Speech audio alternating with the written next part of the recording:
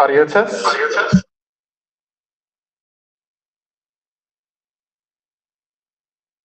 Testing 1, 2.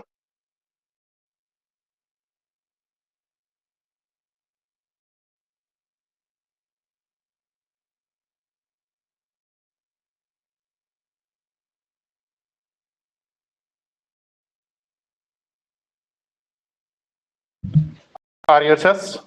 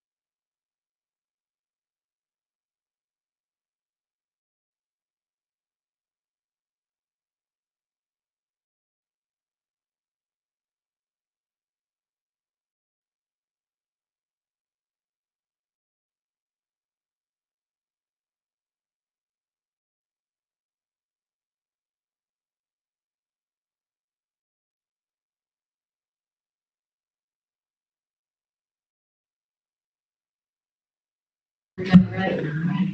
Tom's not going to be here today, so I think we're all here. We're here. It's 1 o'clock, and so we will begin our meeting. And today I'd like to have a moment of silence, and if you could keep the Packer family in your prayers, we would appreciate that too.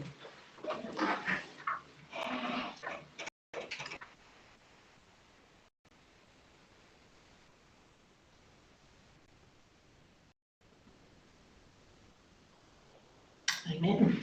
Let's stand and say pledge allegiance.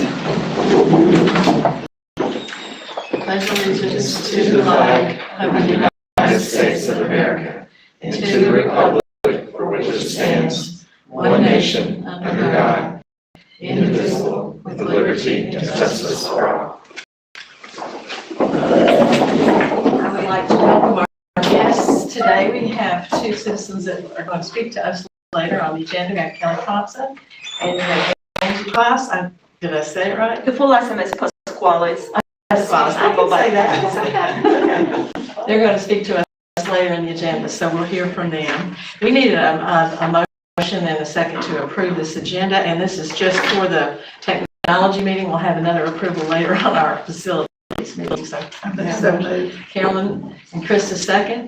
All those in favor say aye. Aye. Aye. Okay, we will go on with our agenda then. Dr. Dyer. Okay. Before we get started with the technology meeting, I do want to read a statement. It's going to be a joint statement from Cleveland City Schools and the Cleveland Police Department.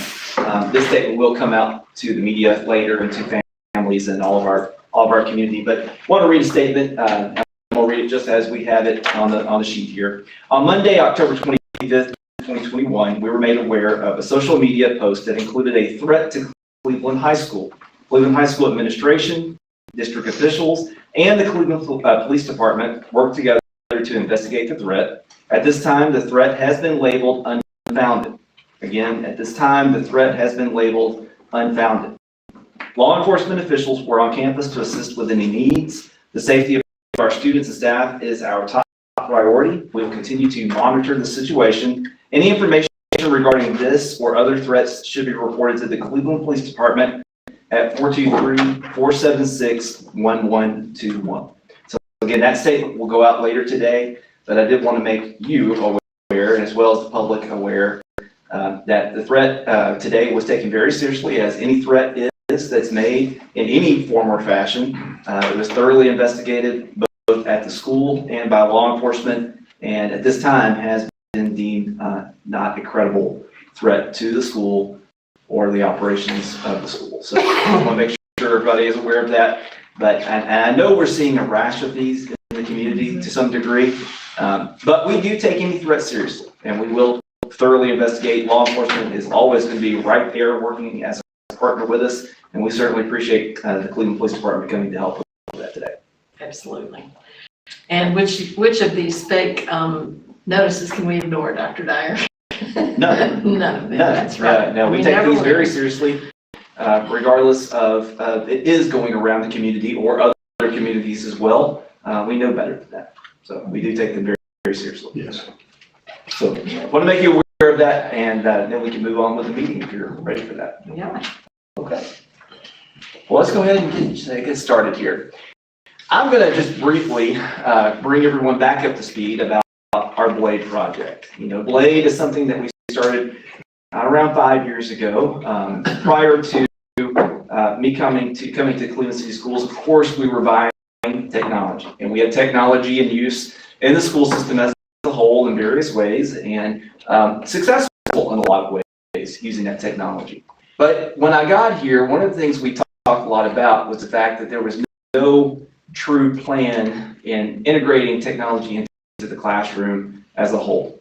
And we decided to put a hold on buying new technologies until we could come up with a formal plan to implement, to have professional development for staff, and to do all the things that we need to do to really have a strategic plan as far as using technology more than just buying technology for technology's sake. So we formed a group of committees, and finance and funding, professional development, content, instructional practices, measuring success, stand-ups like I see all those, engaging the community, and deployment planning.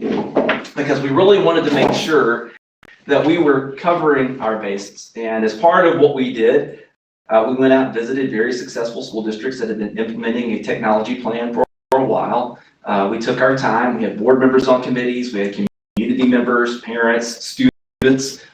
We had various staff and administrators on the various committees to make sure we were hearing from a variety of sources as we put that together.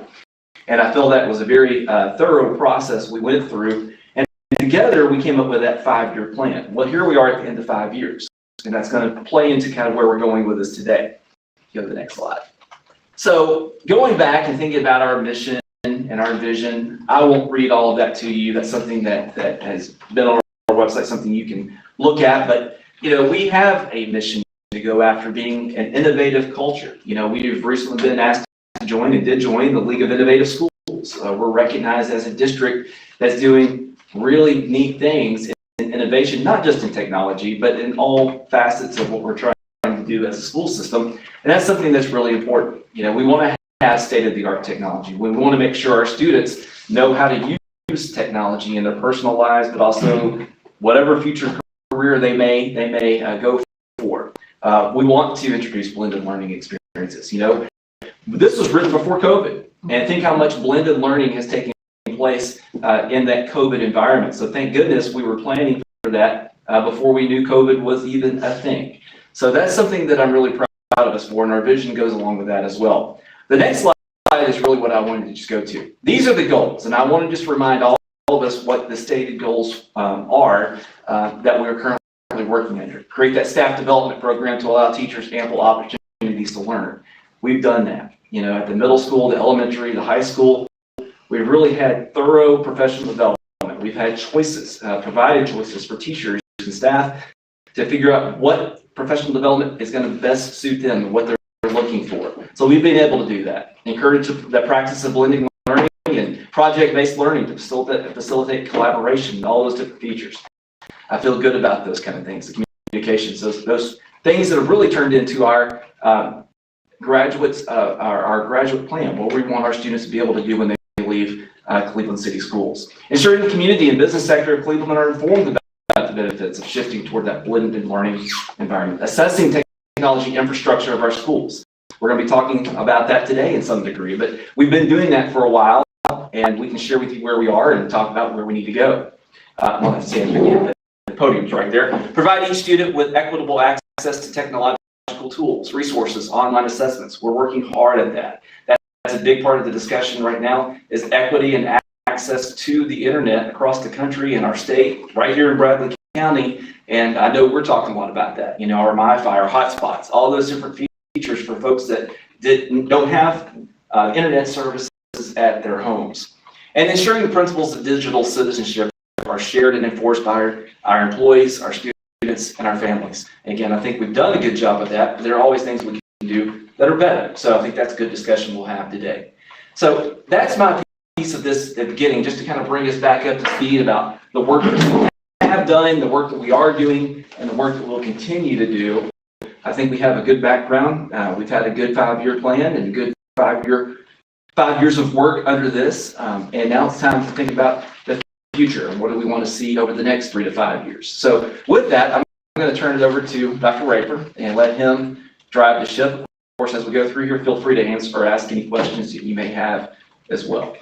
We'll be glad to slow down and talk as much as you need to. So, Yeah, we have a very robust agenda today, and this is the stuff that really excites me. But it is a lot to pack in, so I am going to move pretty rapidly. But please feel free to stop me, ask questions or anything like that. I think one of the first things to establish are the laws that we're operating under whenever we talk about filtering or sending devices home. It's actually the Children's Internet Protection Act, so it's CIPA. It came about in Congress in 2000, and it came about as part of the E-rate program, which we get money from the federal government for to help fund internet and internet connectivity. And so they enacted CIPA for these things. So we are required to have policies that address the first 4 bullet points. And then the 5th bullet point is actually something we have to actively do. So we have to have policies that address access by minors to inappropriate matter. We have to have policies that address the safety and security of minors when using electronic mail, chat rooms, and other forms of direct electronic communication, unauthorized access and hacking to our system, unauthorized exposure and use of dissemination of personal information regarding minors. That gets into COPPA, it also gets into FERPA, which we can talk about later in a different section. And then the kind of big action thing that we have to do as a school district, or we have to have something, we have to put measures in place that restrict minors' access to materials harmful to them. In the industry, we refer to this as a CIPA compliant filter. If you get a bunch of tech directors together from school systems, we're all like, hey, what CIPA compliant filter are you using? Or we'll get renewals that, are you ready to change your CIPA compliant filter? So that's kind of the buzzword that we use. It's worth noting though that CIPA does not require the tracking of internet use by minors or adults. Now that's something we are doing, but it's not something that's required. So here's the big picture overview of what we're doing in terms of filtering. The only thing up there that is required by law would be the Goguardian DNS product. So Goguardian DNS is that CIPA filter. It filters any device that connects to our network. And then I'm going to go into it in a minute. We also force Google Safe Search on our network. And then we employ a whole suite of tools, Goguardian Admin, Teacher, Beacon, and Parent, to help to manage it even above and beyond what the CIPA filter is required. So I want to talk about those, but I want to take a second to mention, you do notice the Goguardian is in front of all of them. All these different tools we could buy from a different set of vendors in order to achieve them. We actually, for example, Goguardian Teacher, we used to use something called Dino, and before that we used something else.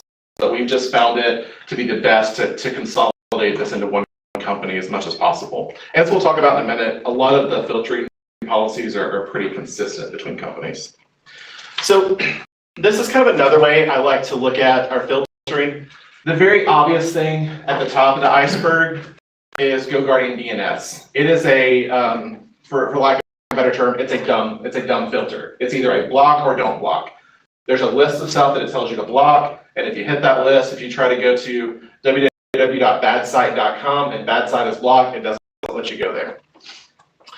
Now, below that iceberg, the stuff that's not quite as obvious, we do have Goguardian Admin, and that's going to allow us to have more granular control, and it also enforces filtering off campus. That's not something that's required by law, but it's something that I think we as a community have agreed we need to do if we're going to send devices home, is enforce filtering on campus and off campus.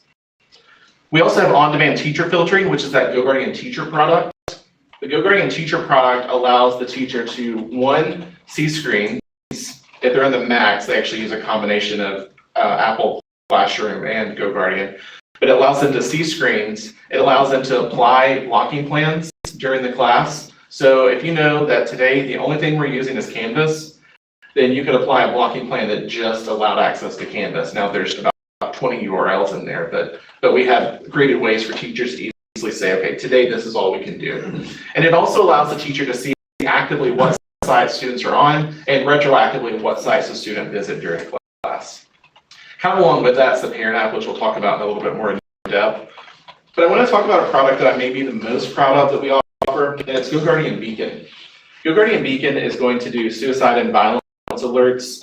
It's going to do self-harm alerts and those kind of things. And I really do believe we probably saved some lives here in Cleveland City School by utilizing this product, where it can really catch students in their moment of need, send an alert to a counselor if it's not urgent, or if it is urgent, they make a phone call, and a live person makes a phone call to an administrator to say, hey, this is happening right now. And if it's during school hours, we'll normally follow up with them in person. If it's not during school hours, we normally call the Cleveland Police Department to do a well-person check, and they've been fantastic to help us out there. So I have lots of information about each one of these different products, but I also don't want to go on and on about them if we kind of get it. I know you all have this packet in advance, so I guess I can run through the products really quickly and then let you know if you have any questions. So the first is our Goguardian DNS filter that filters everything that connects to our network. So teachers are allowed to connect their cell phones. Those also get filtered by Goguardian DNS. So anything, whether we own it or doesn't own it, gets filtered by this product. Hey, Cody, can you explain what DNS is so everybody knows, please? Sure. So anytime you go to a website, so let's say we type in google.com, you're actually not going to google.com, you're going to a server somewhere that's stored on an IP address. So whenever you type in google.com, it goes to your DNS server, it looks up what is the current IP address of google.com, it returns 8.8.8.8 or whatever it is. That's they're doing the DNS server. And then it sends your computer to that location in order to be, to start receiving the data from that server. It's kind of the typical way that we do filtering in the modern take-home age. Used to, we would actually do it at the firewall. So 3 filters ago, we had something called iBoss. It sat between the firewall and everybody's connections, and everything got passed through that. But since we started sending devices home, it's not as effective. So that's when most places have switched to DNS filtering. Now, a question may be, couldn't you just change your DNS, because you can change your DNS, could you change your DNS to something else and then get by filtering? And we actually only allow Goguardian DNS through our system. So if somebody were to try to change their DNS, they would get a block page, just because, or well, they wouldn't get anything because they wouldn't be able to resolve that DNS name. Did that fully? Okay.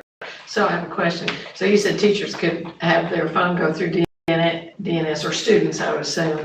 We actually don't allow students to connect to the network. Okay. At least their personal devices. Oh, We allow okay. teachers for security reasons, getting those messages from the Sure. principal, but we don't allow student So devices. student phones do not connect to our servers at all. They try to, and I'm going to show you some statistics, but we don't allow them. Okay, thank you.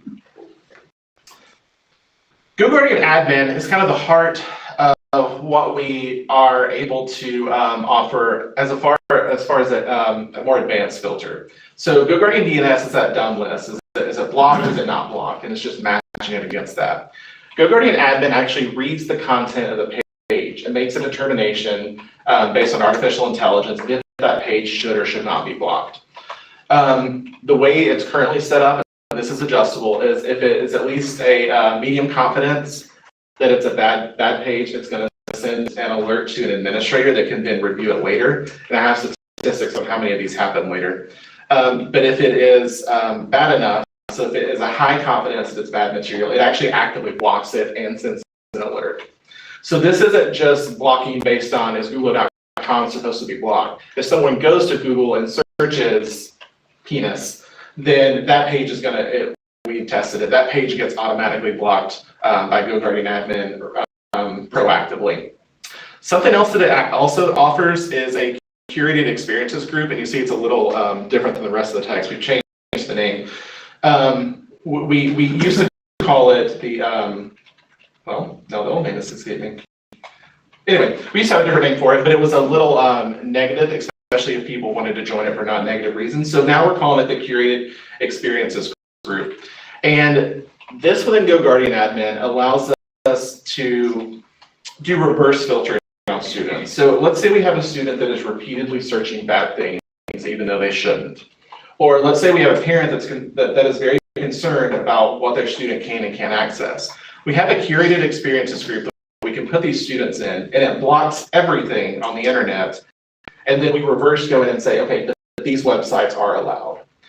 It is a fantastic tool for repeated offenders, and it's been good for some students as well, whose parents may have concerns about what's on the internet. Now, the concern about this is, and something we've experienced, is we've had parents request that a student go into the Curated Experiences Group, penalty box, we call it the penalty box.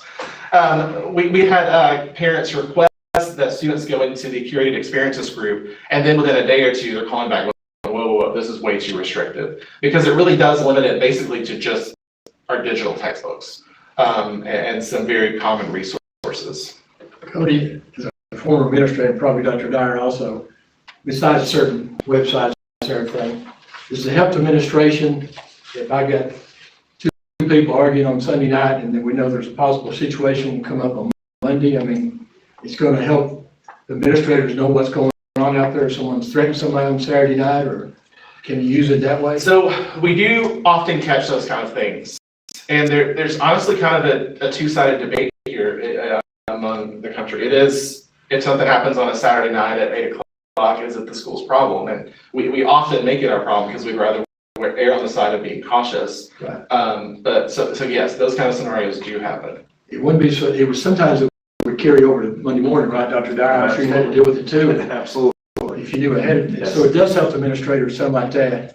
You know, if you get them in your office Monday morning, I don't care if you like each other, but you're going to respect each other, and so you can cut it up, head it off before it got to a fight situation or something. I like that for administrators. I don't know how often that specific scenario happens, but I do know it has happened. So it does help administrators. I would think they would say yes. I think they would too, in the cases where that would come up, which probably isn't that often, but when it does, sure, it would be helpful to know on the front end. Good. Anything else about Goguardian Admin I can help? So the next piece is Goguardian Teacher. So teachers cannot override the base filtering that we have in place. So we're going to look at what we do and don't block in a second, but teachers can't override that, but they can add additional filtering. If they said, for example, said, today we're only doing this activity, I don't want kids off task. They can also see what students are doing as far as browsing the internet, and then they can see screens, those kind of things. So Cody, if the students are, you're boring, I'm gonna sit here and check my email or whatever, the teachers can see that on their desk. Yes. On their desktop. Now, I should say, whenever we started the Blade project, I was a Blade facilitator, and I was very actively against a product like Goguardian Teacher, because I was very much about, no, we've got to learn classroom management and things like that. But I will say, I was wrong retroactively. A product like Goguardian Teacher helped get the technology out of the way and just lets the teachers teach. Mhm. Yeah. Goguardian Beacon is the one that uses the smart alerts to analyze the pages and seeing when someone may be planning to commit violence or hurt themselves. And once again, I want to reiterate, this would only be on CCS devices, so it's not going to catch phones or anything like that. And we know a high number of our students have phones, but we do catch a lot of things this way. I'll put it that way. And I have some statistics in a second to show you, for example, how many Goguardian Beacon alerts we had in a month and how many emergency situations we had in a month.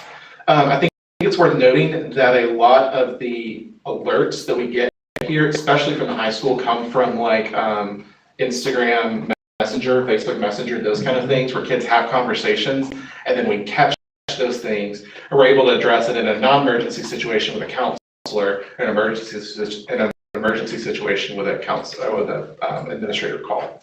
And there's a couple of quotes there from Dr. Lang and Autumn O'Brien. We do only provide Goguardian Beacon to 6 through 12 because those are the only devices that are going home. We don't pay for licenses for K-5 for Goguardian Beacon.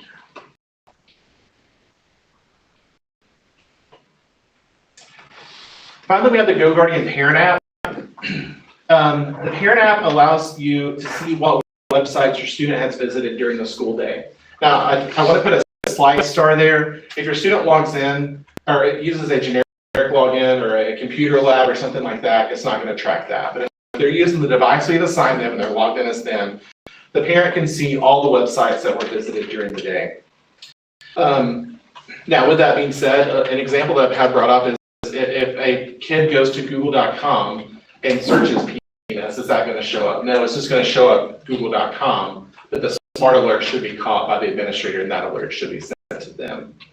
It gives parents control over what website student can visit after school is out. We don't allow the parents to control filtering during the school day, and I'll talk about the rationale behind that in a moment, but it does allow them to give control over what the device can and can't do after, or what web browsing the device can do after school, and it provides the parents the ability to pause or disable browsing altogether. And that app is available on the Apple App Store or Google Play Store, and then the parents just log in with the email address that they have registered in our Power School account, and everything gets synced over.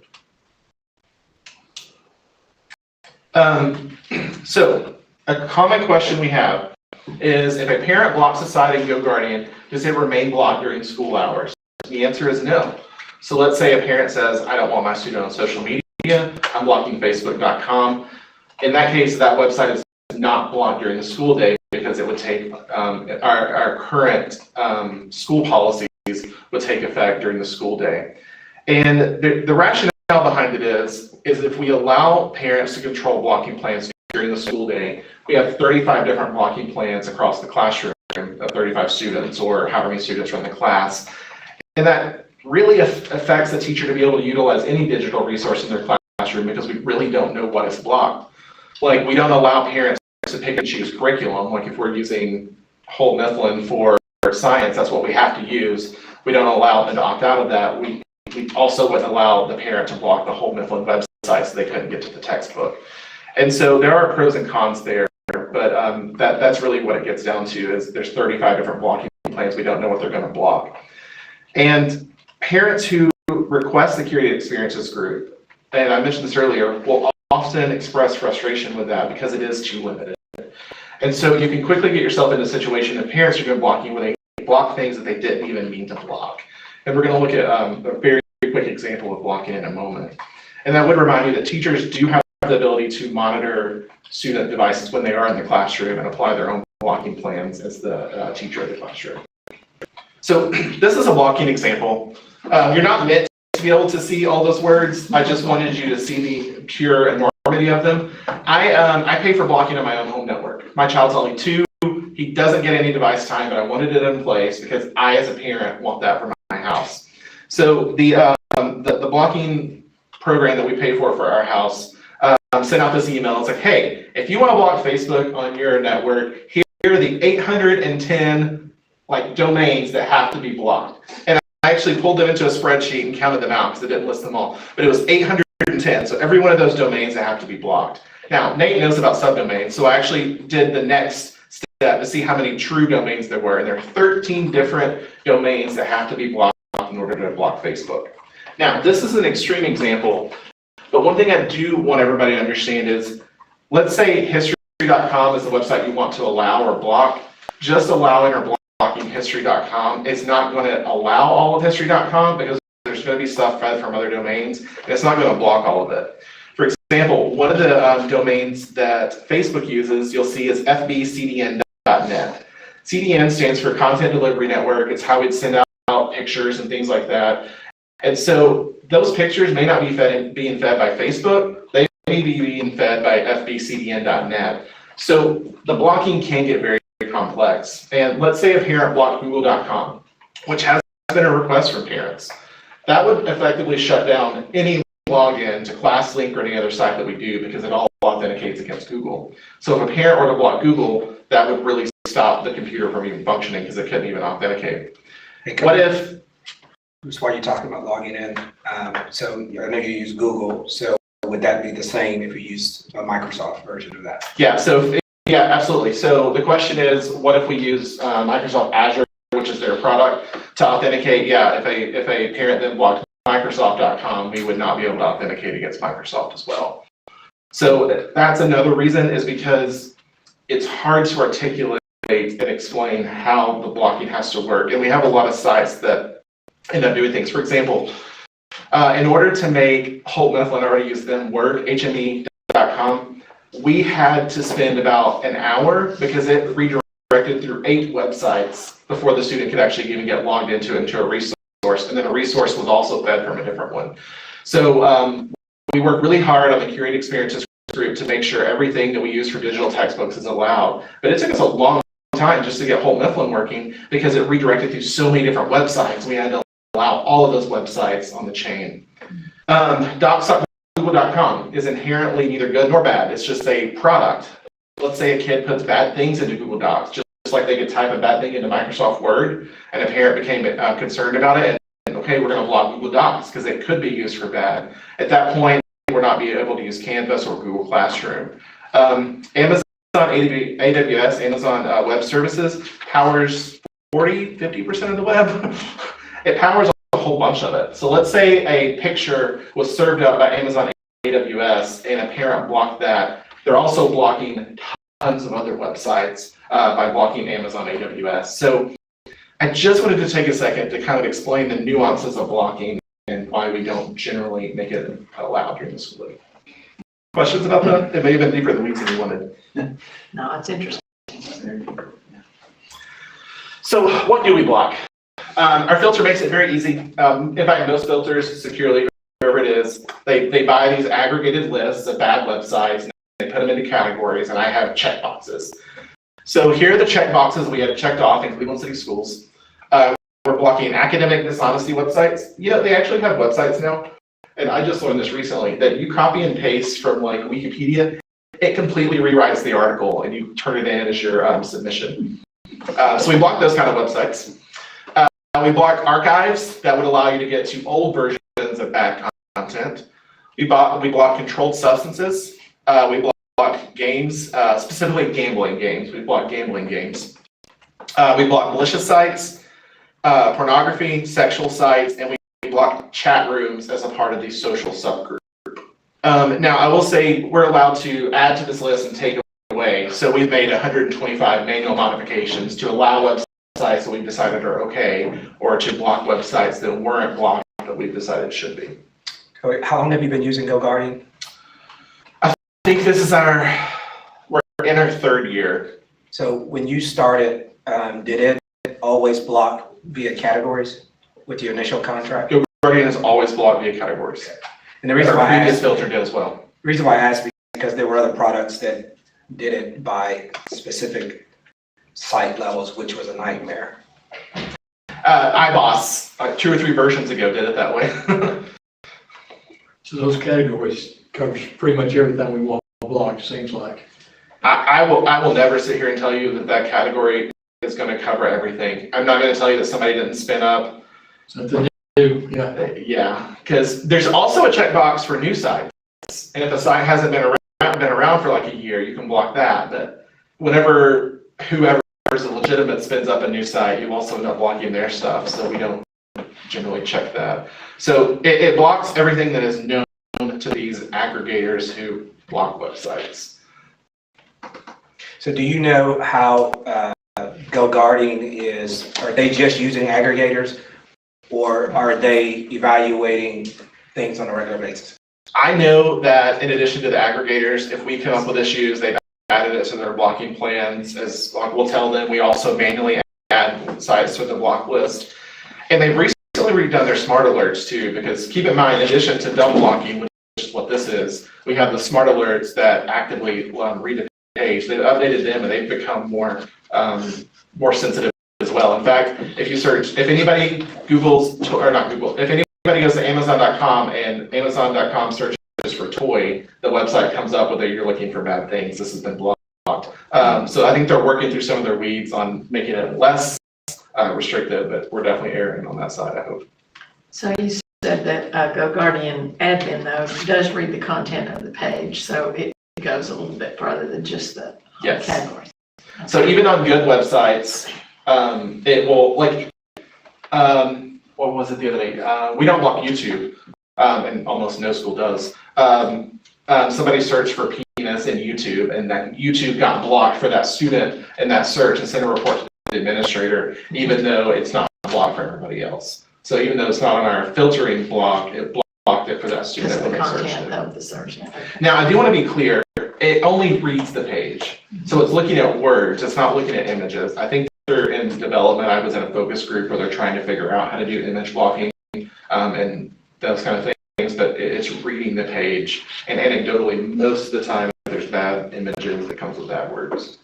So I was just going to ask a follow-up question with Don's. As it reads the page, then is it taking action and categorizing, or what happens after it reads the page on Goguardian's end from the admin perspective? An alert is anytime it generates any kind of blocking. So if it's blocked, it's going to be a high risk, and an alert is going to be generated and waiting for an administrator to review. So Goguardian has a set of metrics that it, or a rubric that it uses To determine, and it's all like artificial intelligence. We can't control it, but yeah. So it gives you a medium risk or a high risk. Anything a medium risk is sitting waiting for an admin to review. Anything that's a high risk is sitting waiting for the admin to review and was proactively blocked. Now we can bump that down to medium even, but there's a whole lot of false negatives as well. Do you have any estimate about how many you've had to block? I do. I have those numbers coming up in a minute. Okay. Any other questions about blocking categories? Cody, Yes, ma'am. do you have a distinction between what you're blocking or restricting divided by middle school versus high school? Okay, so if we go back to this, we can make a distinction on this side of things. We cannot make a distinction here because the DNS is what everybody's getting. So your lowest level of blocking has to be applied to the DNS. We can apply a different set of blocking to elementary than we do middle and high, sure, that's not hard at all. Right now, they're pretty much the same because we have yet to come into a situation where we said this is not appropriate for elementary, but it is for high. We've generally just blocked it for everybody. But they are in separate lists. We've just currently kept them pretty much the same. I think there was one thing we came up with that's in an elementary list. It's not in the high school and middle school.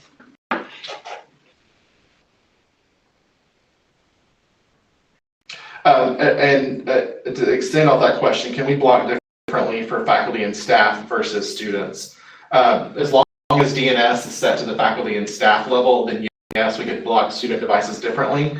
We don't do that currently because when we did do that, there were so many complaints to teachers saying, hey, I don't know what my kids can and can't access. I developed a whole activity around this website just to find out it was blocked, those kind of things. So right now we have parity between our students and teachers, but it doesn't have to be on the admin side of things. So what the question that was asked, is there a website available for all technology information and support for parents? There was not one place. It was scattered across several different places. So I consolidated it all to cld.city, which is our URL shortener we use, cleve.city/technology. Also, if you go to any Cleveland City Schools webpage, under parents, there's going to be a Blade Technology Info. Is that what we named it? Blade Technology Info, and that's for all schools or the district under parents. It's going to take you to this website. I won't really spend a whole lot of time on it today, but I have consolidated all the resources there. I put up some basic tutorials, and as we go forward, we're going to leverage our Blade facilitators to continue to flesh out the tutorials, provide specific help information for what does logging into Google Classroom look like for our users within Cleveland City Schools. What if we're running into trouble with this program? And also, we've realized we could use this to provide professional development to staff. We provide a lot of professional development to our faculty and teaching staff, but we need to make sure that our staff that are answering phones and things like that also have the ability to use these programs at a high degree of ability. If we're talking about something like Google Sheets or Google Docs or something like that, so we can also put those training videos there as well. Well, Good question. I'm just gonna say that I appreciate you having one place to go for all of that. I think that's gonna be helpful moving forward, so. Do parents ever call in with a site that has not been blocked that they might object to, that they want us to consider blocking?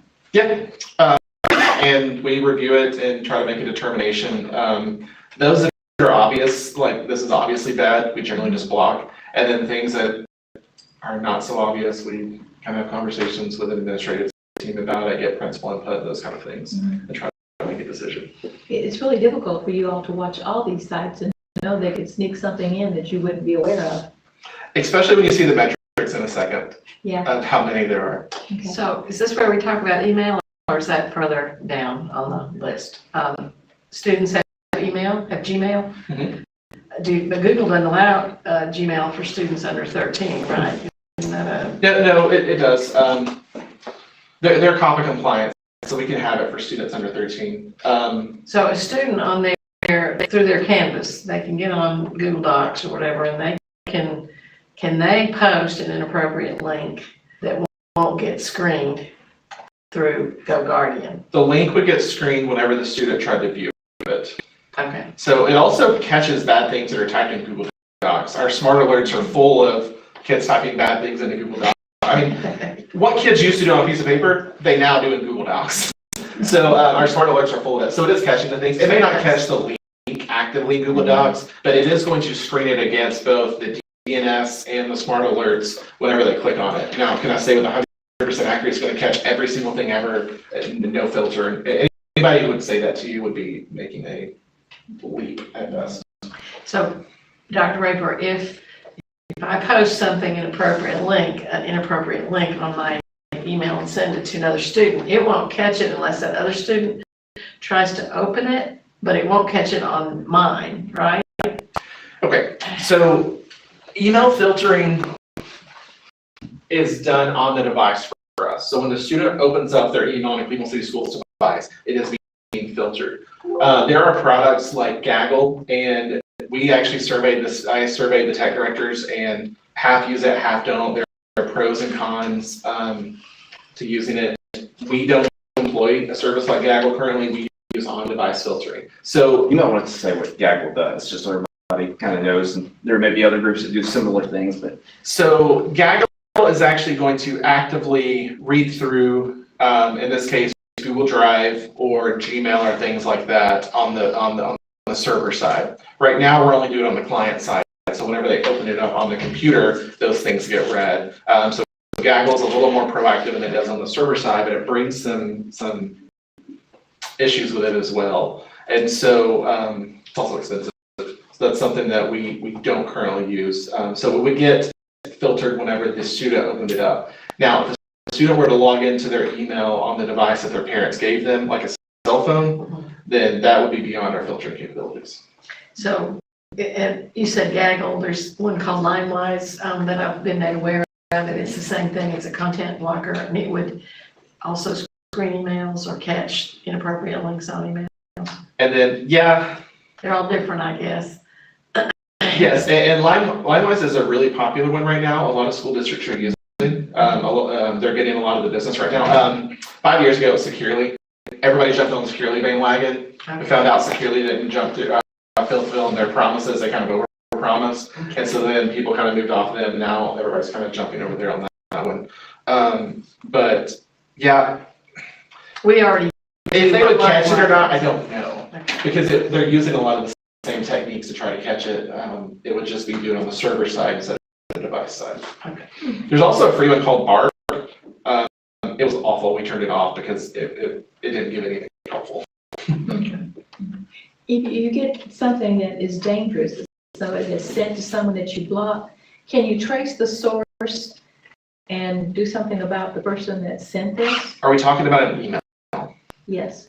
Yeah, so every email that's been sent through the Cleveland City Schools, I have access to, and it's logged for at least 365 days. So if somebody were to send an email, instantly delete it, we still have it on a vault for 365 days. And you could trace it back to the individual in the computer that sent We it could trace it back to the account. to the Now, account. the difficult part is of saying this account did this, you don't 100% always know that it was that user. Because unfortunately, password sharing does happen. It's against our policies. We take that very seriously, and it's not allowed to happen, but I can tell you to the account that did it. But they with a lot could of certainty. indicate who's the person that they shared their account with, perhaps. Okay. Kind of equate that to those red light cameras. You know, a car gets a ticket, but you Sure. might not necessarily Be be the driving driver. the car, but you get the ticket in the mail, and you're like, that was my cousin that was driving the car, but you have to pay the But it's your ticket. car. So I can see what you're saying about that internet. If they share their passwords, and there's no way to really know unless they just confess, right?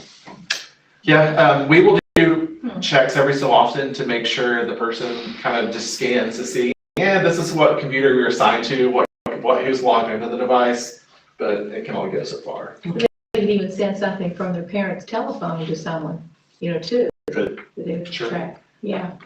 Does that happen often? Do we get inappropriate links or emails from outside computers into the students' computers? I am not aware of emails being the biggest threat vector for this.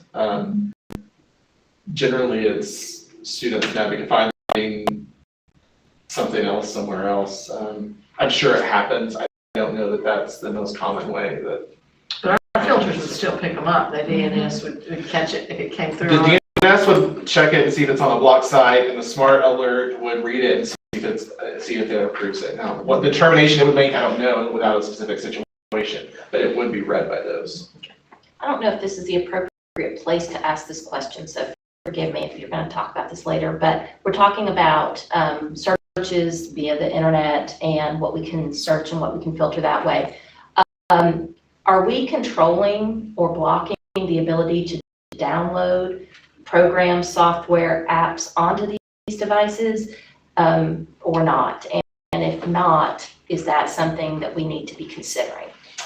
So a Chromebook, yes. The MacBooks, from Apple themselves, talking to Apple engineering, they don't like to take a sweeping block all approach. That is a checkbox we have. We aren't currently utilizing that. Instead, what we're doing is retroactively looking through what apps are installed and blocking those as issues come up. For example, I can't tell you we're actively blocking every web browser except Chrome. We're actively blocking a couple of different apps. We block a couple of different games during the school day at CMS because they were becoming a problem. So they can play the games after school, but they're blocked during the CMS school day. Does that mean that when a student logs into the computer, and all of the number of devices, you're evaluating and then sending back from that device to accommodate what she's asking? So every time a student logs in, we get, or actually not even logs in, just every so often the computer reports back, here's a list of every app that's installed on this machine.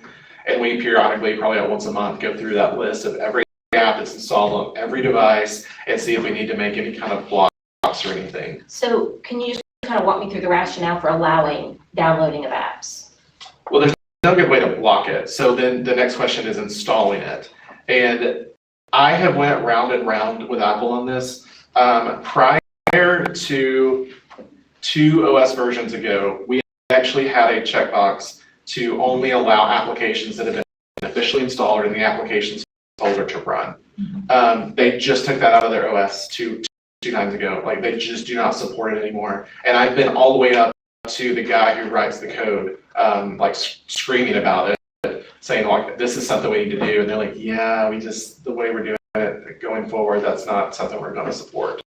So Apple in this case has made it very hard. We could move to a mass block list. Once again, I'm not aware of issues we're having with like rogue apps. Well, I'm just curious why we even, if we're using this for education purposes, why are we opening the door for apps that aren't used for education purposes?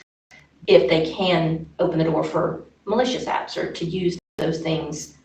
So one thing I will say though is you cannot install anything on the device that isn't approved by Gatekeeper. So Mac has Gatekeeper built in, it has to be an approved app. So I am not concerned at all about people downloading a virus and running it or installing it. They're also not administrators on their machine, so they can't get escalated privileges on the device. So the way we think of in a Windows environment of installing apps is a little different than what we're doing on the Mac side when it's running in its own container that has a verified signature from Apple. So that's a little bit different. But at the end of the day, I would love to check that box that says you can't launch an app unless we've installed it. Apple just doesn't allow us. I mean, I understand their rationale for not wanting to, Yep. because it's money. Yep. But I think maybe that's worth considering whether that's a good policy for us, whether we need to maybe rethink using Macs. If they're not able to accommodate what we need, is that the purchase decision we need to make? If that's the problem. And I will reiterate, I'm not aware of apps being a problem, and we can actively block any app from running that we want to. And there's a list of probably like 35 apps we block from running. So I feel like if this... like texting apps, instant messaging apps. No, they can't download anything from the App Store. Okay. We do block that. I'm not Again, I'm not aware of savvy any to that what's are being happening. done, but I just wanted to. I haven't that heard of clear. any issues. I'm sure there's some tech savvy, probably students that may have found a way to do that, but the App Store is blocked, so that takes all that out. I don't know, it's just me because I'm not a tech expert. I don't know, are there other apps that people can just download from the internet that Honestly, aren't they're on the App mostly Store? web-based. We do catch students using web-based texting apps, and as we catch those, what was the last one we caught? Textnow.com, that should have been blocked. For whatever reason it wasn't. We added that to our block list and it's not blocked. They also can install rogue Chrome extensions. So in general, students aren't downloading apps, they're living in the browser. The apps are being used for more of those productivity things. And CTEs, particularly in Cleveland City Schools, is doing some amazing things with the MacBook. So we are seeing a lot of gain out of it. But I will definitely make sure, I'll do a complete audit of any apps that are installed, but I'm not aware of that being an issue. I will say our teachers are pretty quick. There was at one point a duck app, and it would go over and steal your cursor, and it was causing mayhem because the kids were like losing their cursor all the time. So we were able to block that. The teachers are pretty good about noticing those kind of things. The teachers can see their screens if they're in nefarious apps. We have had teachers complain that students are using these apps all day, and we go in and investigate it, and it's actually just a website. site that they could have had in their blocking plan. So I will definitely be more paying attention to that, but I've not seen apps being an issue. I don't know if you could find a computer company that totally blocked apps to buy. Chrome. Chromebooks do. Chromebooks. They're For a now, lot, they may change it later. they're a lot easier to lock down, but they don't have near the power because you can't run those apps. We can't do some of the stuff we're doing either. It's- So the Duck app that you were talking about, was that a web app or was it? No, that was an actual app, actual So application. how do they get that installed if they don't have administrative privileges? So on Mac, you don't have to have it installed. You can run it from the desktop. And that's the thing Apple used to allow us to click. You can only run executables from the applications directory, which you have to have administrative access to get to, and they just took that feature away. We can also go to a block all except those that are allowed scenario, but it causes other issues. So we're going to have Safer Internet Day in February 8th, 2022. It's actually an international thing, nationally February 8th, 2022, and we're going to make it Safer Internet Week, the whole week of February 7th through the 11th. And we're going to do in-person meetings for parents to bring awareness to those kind of things, make sure they know about clean.city/technology and all the stuff that's there. Also do information about, hey, do you know what your kids can get to on their cell phone? We estimate that more than 90% of our kids have cell phones and 95 at the high school. Like, do we know what we're doing when we get those devices? So talking about Cleveland City Schools devices as well, but making sure parents are aware of cell phone capabilities too. Activities at school for students all that week. We are required by law and also do digital citizenship training for all of our students to try to be proactive and training them. Here's how we should behave online, but really trying to hit a focus on it that week too, and then sending out through eBlast different resources to parents. Is there a website that parents can access that would give them all this information? Yeah, if they can't come to the meeting? So for us, for Cleveland City Schools, it will go on that clean.city/technology, but it's still kind of far out. We haven't put it together yet. If they Google Safer Internet Day, there are tons of resources for the general Safer Internet Day consortium. So here's some summary information, just to know how many devices we have out there. We estimate we have about 1,050 devices in students' hands, or I'm sorry, in staff's hands. We think that's also conservative because anybody with purchasing power buys technology, and I don't always know about them until after they show up. So we think about 1,050 devices are in staff hands. And then we think there's about 6,200 devices being used for students. We just got a new equitable grant that we're utilizing to buy devices that can go home with K-5 students, and Chromebooks can go home with K-5 ESL students to help give them access to some resources. We think that number is about 6,200. So a conservative estimate of how many devices, iPads that teachers and students have is about 7,250 that we're managing. If you want to talk about how many devices are connected to the CCS network, we have about 6,500 unique wired devices connected every day and about 6,000 unique wireless devices. So on any given day in Cleveland City Schools, we're managing about 12,500 devices connected to our network. And then this was where I was talking about cell phones connecting. In a given month, we have about 12,000 different wireless devices that try to connect to our network. And in about 2 years, we've seen almost 60,000 devices try to connect. Now we have access control, so you're not necessarily going to see all of those, but it is there. Do parents know that they cannot add apps to the children's books of computers? Do sometimes parents use their computers and add things to them? Well, they still couldn't access the App Store at home, correct? They cannot? Cannot. Okay, that's good to know. So, no, we do, I am quite certain parents do use the laptops at home to some degree. That may be the only computer in the family, so they may be doing their banking or software, you know, whatever they may need to do personally, that's allowable as well. That's good. Really quickly, this data is from September 1st to September 30th. I pulled all the data. We had 31.5 million DNS requests. So that goes back to DNS, like to websites that our computers try to visit. We blocked almost 2 million requests, and we allowed 29.5 million. Now, I wanna accent, those 2 million are not 2 million people trying to go to badporn.com or something. Like, that is actually generally malicious websites or stuff that is trying to attach itself onto other things that we block. But we did block 2 million of those. We had 807 smart alerts sent to administrators for review. So that's those active page readings going, I think this might be bad. So we had 807 of those sent to administrators. We had 480 beacon alerts. So those are students that we think may need help sent to counselors for review. And we had 7 emergency alerts of something is happening right now. We need to address this immediately.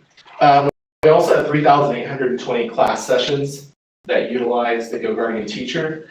And we had and right now, as of 2 days ago, we have 186 students in the Curated Experiences group. So that are in the very restricted browsing group, which is about 3% of our overall population.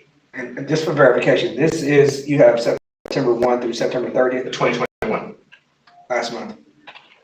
It was the only full month I had. This month I didn't have a full month. In August, No, I no, had it's his good. computers out. So yeah, September 1 through September 30. It's a lot. It is. And I will also say that total requests isn't at home. That's kind of filtered differently. That was just on-campus requests too. Budgetary information. Our general fund budget, we spent $419,000 on personnel, just under $300,000 on operations. So that would be the infrastructure that we spend. The Blade project spends about $100,000 a year out of the general budget to fund the Apple leases on the teacher MacBooks, and about $350,000 a year for the CMS MacBooks. And then every year we get money from the sales tax. I think it's about 10% of it that goes either to me in technology or to Rennie Whitbarger in CTE. And that's about $120,000 a year. We also have one-time funds. We have the remote technology grant that bought Chromebooks in grades 3 through 5. I think the CMS MacBooks were only, or maybe it paid for part of it. Anyway, so we have the remote technology grant that did Chromebooks and maybe some of the MacBooks at CMS. And then the internet connectivity grant that purchased Khajiits for $7,500. What was that now? Khajiits? Hotspots. Okay. Those are the hotspots that students can utilize. We got them at every school now too, don't we? We have a ton. If any parents are listening and you would like a hotspot for connectivity at home, please reach out to your school. We would love to get you one. Okay. Because we also got them from the state. We also got hotspots from the state now. Federal funds, CARES Act, ESSER 1, we spent $371,000 buying Chromebooks in grades 3 through 5. And in ESSER 2, we bought 4 years of Goguardian Beacon, Chromebooks for K2, the CHS student MacBooks, and some iPads for the ESL department. We also had some local funds. We put Wi-Fi in every, local grants, we put Wi-Fi in every parking lot. So in the community, students can take their device and connect to it. And we also had some other Khajiits. I'm going to run through these really quickly. What ways are we using technology to reduce manual processes? You know, a lot of the time we spend our efforts in making the classroom more efficient. So we spend a ton of time making sure that the teachers and the students have the most efficient process possible. And I've listed some of those ways there. I will say that across the district, a lot of the processes are driven by the principal. So whatever the principal decides to do within their school. But we have done a lot of things like digitizing forms, installing new phone systems that allow teachers to make phone calls from home using the school's number, or even receive phone calls on the playground, and then increase utilization of virtual meetings when possible to reduce leadership and instructional personnel absence from buildings. Another question is, have we done any user acceptance testing to see if the technology department is meeting the needs of its users? And some of the things we have done is we meet regularly with principals, and believe me, they get feedback from teachers. So we're always trying to meet those needs. Our Blade facilitators, K8, have met with every instructional teacher, and they get feedback on things that we can improve. And in fact, we've just changed some things recently based on that feedback. And in 9/12, the plan is for the spring to start those meetings. We also did Bright Bites data in 2019. It's probably time to do another survey but in 2019, we did a holistic study. Where are we with technology? Are you happy with the infrastructure? Are you happy with everything? And we came out as proficient overall as a district. And you can see at this time, the classroom and the environments of the training were the things that were just proficient, with everything else being advanced. I think COVID has pushed us along on that. And I think we've all gotten a little more proficient in the ways that we use technology since then. So I would love to do some more testing to see how that's going. I've given you copies of our acceptable use policy in the packet that I handed out. We just redid our acceptable use policy in April of 2021. We now don't just call it an acceptable use policy. A lot of districts have moved to calling it a responsible use policy, and trying to put it back on the student. Here's how we use these devices responsible. As we met as teams, we decided that, well, there's things you just can't do, and there's things that you should do. So we call ours an acceptable and responsible use policy. And our old acceptable use policy was about 4 or 5 pages of rambling text long. So we really try to consolidate it into a meaningful document that teachers and students really could use to inform how we behave online, as opposed to being a bunch of rhetoric that no one really listens to. All parents and students are required to acknowledge this every year. Staff are required to acknowledge it once, but we actually get them to acknowledge it every year as well. Cody, can I stop you for a second? I think you moved forward here on the agenda Oh, my for bad. the audit, so we're going to stop because we're going to hear from our parents. Okay. That's okay? Yep. Are you a good place to stop? Yeah, my bad. Okay, now I'm, Will we come back to this, because I had a question? yeah, go ahead if you want to do the question. Well, I mean, if we'll come back to this. I We will, but we jumped down here past the hearing from our parents, so we're going to do that. And you were doing such a good job, and we were all just along with you. I wasn't Roll with paying attention, so I'm so sorry. I apologize to our parents. We're going to hear from Ms. Kelly Thompson first. Kelly, if you want to come to the podium and give us your information, and we are welcome to our school board meeting. Thank you. Okay. Sitting over there, I thought this was going to be a mic up here, and it's not. It is the one of 4 ones, Mike. Okay, so do I need to, Just don't tap on or it. just, do I, Just don't tap on it. don't cut, no, sorry, just kidding. So, all right, so I have 5 minutes, is that correct? Yes, All right, I want to try to speak quickly. You'll tell us your name and So your. I'm Kelly Thompson. I live on Quail Hollow Road, which is in the Candies Creek School Zone. And wanted to just address some concerns that I had about internet safety, specifically with social media. So I am a wife. I have 6 kids, went to Lee University and spent several years as a classroom teacher. 3 of my kids have been in the Cleveland school systems, 2 at Candies Creek and 1 at Cleveland Middle. I have experience with homeschool and local private schools as well. And so I'm here just to offer insight and to try to push forward so we can work together to find some solutions that I think will achieve the common goal of helping our children get a great education.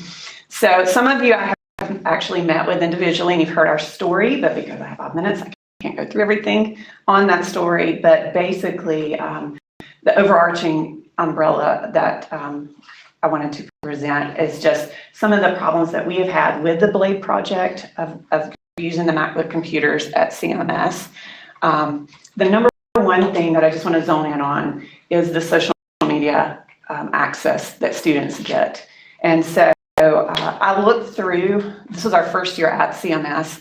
I did sign and read the paperwork whenever we received the MacBook. I've since gone back through the school systems laptop agreement, the acceptable and responsible use policy, and the policy that you guys passed with the internet, use of internet policy. And nowhere did I see any intentional communication that made me the parent aware that my kid would get social media access. And so I wasn't looking for that because I didn't think that kind of leap would be there, but can't find that I was made aware of that anywhere either. So my child having social media access without my knowledge created a potentially dangerous and life-altering situation for our family. She's adopted. And so by her opening up social media accounts, there's biological family members that we actively have to keep her from and protect her from. And so that was very disturbing to find out that there was a huge gap at school. And so I just want to implore you to please reconsider that policy that allows social media access to students as young as 11. Just understanding that some of those children are not ready for it. Some acknowledging their brain hasn't fully developed to make logical decisions, understanding that some children come with trauma that we cannot really even imagine that they've come to our school. And I want to protect those children from getting access to making a wrong choice. And so I don't take this issue lightly, and I ask that you not take it lightly either. I feel like as a parent, this should have been stated, restated to me to let me know, hey, your kid's getting access to this. Honestly, if I'm going to dig further, I feel like it's a parental decision on whether my child has access to social media or not. And so I feel like it's my responsibility and it falls under my authority. I can't block social media through Goguardian app when she's at school. And so Dr. Raper let you know that any blocks that I would put up don't apply when she's at school. And so in conversation with Dr. Raper, the only way that I would have to actually, for me to block, is to go meet with every teacher and have it blocked in every classroom. And as her schedule changes, to go back and do that again. The other option would be the penalty box, which renamed Curated Experience Group, to put her in that. But honestly, I still go back to, I feel like it's my decision on whether she has access to that or not. And for 11-year-olds to be given access to social media when those sites actually require you to be at least 13 to interact with them, I feel like we're opening the door for some really bad decisions for children who are not ready to make those decisions. Just recently, this has hit the news, so I just wanted to highlight a congressional hearing regarding Instagram, and found a strong correlation between a teen girl's depression, thoughts of suicide with Instagram. And there was a quote that Facebook actually owns Instagram, so a quote from Facebook that came out in that hearing said, "We make body issues worse for 1 in 3 girls." They acknowledged that. Teens blame Instagram for increases in rate of anxiety and depression. This reaction was unprompted and consistent across all groups. And that's the end of the quote. We have to consider that. 1 in 3 girls say that Instagram has contributed to depression, thoughts of self-harm, and even suicide. So I hope that this gets your attention. It deserves our attention. So much about social media. Long-term, we don't know yet what those effects are. The short-term for children, it does not look good. At the end of that congressional hearing, Congress actually implored Facebook to not move forward with starting an Instagram site for 10 to 12-year-olds. The data was just sickening of what it was doing. So I ask that we just reconsider that here and not open that door for our children here on a local level. I've talked with some of you guys, I've talked with teachers, I've talked with Dr. Raper and his wife. I have talked with people, anybody that can listen, really. And so consistently what I hear from teachers, because I have heard arguments of it has constructive uses, teachers in the classroom say it's not worth the risk. It's just not worth the risk of opening that. I actually did start an online group just to see what parents were saying. It grew very quickly. Some of you joined in that group. I asked some basic questions just to see, am I missing something? There was 279 votes whenever I asked, do you agree with the policy to allow social media to students? Out of those 279 votes, 95%, 266 said no. As a parent, I do not want my child to have social media access at school on a school device. So I'm just asking that you consider, this is what parents are saying, to hear them and align our policies with parental values. And so as I'm closing, I just want to ask also, the ideas I spoke to people of different levels, it was consistently that parents are vital in the style of learning. Parent participation has to happen. They have to be checking up on their kids, reading their histories, their computer history, knowing what's going on their kids' computer and what they're looking at. And I get that. But I also feel like as I went through CMS, I went through the city website, I went through their Facebook pages, I get all the calls and reminders, but I don't hear consistent messaging saying, parents, you're a part of this. Parents, have you checked your kid's history? Parents, are you doing this? And like in dealing with public, that has to be said and said again and said again and said again. If there's an expectation for parents to be there, we have to say that over and over and over until we're tired of hearing it. And that's usually when they first start hearing it. And so I just want to, I appreciate the website page that you are now creating, but then also just like we can do better. And I think close that gap of our expectation for parents, but then voicing that, hey, you have to be active in this. You have to say that one time you checked in August, we got to do it again, and staying on top of that to help bridge that partnership. I appreciate your time and just ask that you would consider specifically the social media policy to be redone. Kelly, we do take this very seriously, which is why we're having a meeting devoted to this, and I really appreciate your efforts to come forth and show your passion for this subject. I think every single person in this room feels this way. Do any board members have questions they would like to ask Kelly?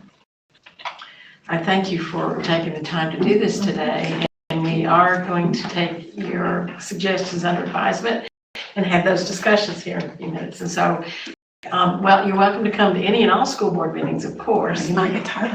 No, we appreciate parents that are concerned, and we do think partnering with parents is the most important thing we can do to affect a child's learning. So thank you for your time today. Thank you. Thank you. Next, we're going to have Angie Pasquales. Did I say it right? And she is going to speak to us as well. And you all have a copy of her request that she sent me on.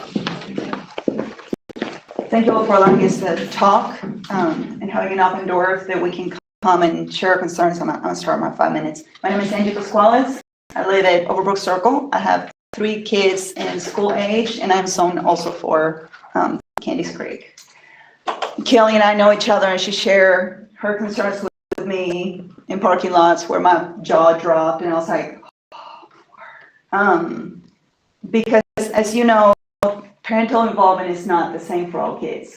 We talk about equity, but not everybody starts from the same place. And so you have parents that are going to be there and are going to care and are going to check. But unfortunately, you're going to have a lot of kids that don't have that parent. And we would love to be able to solve that for everybody, but we can't, right? And so I feel that as a school board, as a society, when we choose to put the internet in the hands of 11 and 12 and 13-year-olds, we are taking a gigantic risk. And I feel like in the statement that you read, Mr. Guy, you read earlier today, we understood the emergency that we were dealing with when somebody sends a message like that. You said, this is immediate. We need to respond this immediately. However, the issues that we're going to have with technology and internet, we're not going to see them the same day. But we have abundant studies that show the connection between early exposure to porn with risky sexual behavior, with human trafficking, with early sexual behavior that can lead to teen pregnancy, that can lead to STDs that run through our society. So we have a decision that we're making today that is going to affect Cleveland for years and years and years. And I try to contact places like Willow Bend, who is working with human trafficking survivors that are dealing with things that happened 10 years ago. I was unable to talk to them before the meeting today, but I want us to understand that just like we rush when we hear the idea of a loaded gun coming into our schools, we need to rush and we need to take seriously the idea that it's not worth the risk. The fact that my kid can access Wikipedia for the study of birds today, it's not worth the risk that he can have porn in his hands without me knowing, without a parent knowing, without somebody being able to go, you can't deal with this right now. So we need to take that seriously. And I think at least both of you have mentioned the possibility of doing a block all not allowed websites. And I know that feels like, oh my word, you are just putting a wet towel on this whole project where they should be able to access the internet, learn, explore the world and chase the things that they are interested. But goodness, we are giving them access not just to a lot of horrible things, but we are giving other people access to our children, to their minds, to their hearts, and to their futures. So I want to encourage you to be a wet towel, if you have to block everything but the specific websites that teachers say, hey, we need to see this website, you're not going too far. You're not being a party pooper. You are protecting the children that in 10, 12, 15, 20 years are going to be making decisions that are going to be affecting our society. They are going to say, you know what? I saw something when I was 11-year-old, and 11-year-old when I was 13, it wasn't enough. I wanted to see more. When I was 15, it wasn't enough. I wanted to do more. So when I got to be a 21-year-old, I had tried everything. From 11 to 21, you're not going to be entertained with the same. So you are going to look for more. And the people that are going to be at risk are going to be the kids that don't have parents there going, hey, let's sit down in front of the computer. Let's look at the phone together. Let me show you what is okay, what is not okay, and which way you need to run when you see something that is not okay. As Kelly said before, this kind of falls under the umbrella of parents. And so it's a hard decision for the school board to make, but the decision that I believe needs to be made is to pull back. I know that you have taken steps that are hard to come back from, but if that needs to go back and say, hey guys, these are going to be the websites that you're allowed to watch, that you're allowed to interact with, that you're allowed to see, and everything else, we're taking it away to protect you because we care about you. And I truly believe that this school board cares about our students. We don't come here to say, shame on you, you have done wrong. We have come here to say, hey, our eyes have been opened. We want all of our eyes to be opened. So I encourage that. Allow me to stop that. Blog away. Do not be afraid to blog as much as it needs to be blogged. Thank you so much. Thank you, Ms. Krause. Anybody have any questions for Angie? Okay. That's very good. Thank you. You're welcome to stay and listen to our discussion. So Dr. Dye, can we move on with this? We can, and then wherever you guys want to go with it. We're going to have discussions. We stopped here at the acceptable use policy. I think Krista had Yeah. a question to go with that. So, I just had a comment, and it ties nicely, actually, to what Ms. Thompson was saying. I was wondering if there was a way on this form that we could add something about how parents can notify the school if they see some inappropriate interaction. If we can kind of, and I was going to even make that suggestion with that website that you've got, and even with our the policy as it's stated in the procedures. I saw some mention of what parents should do, but would we be able to make that more visible? Would we be able to have a bold-faced headline and have some bullet points of here's what parents can do to be our partners in this?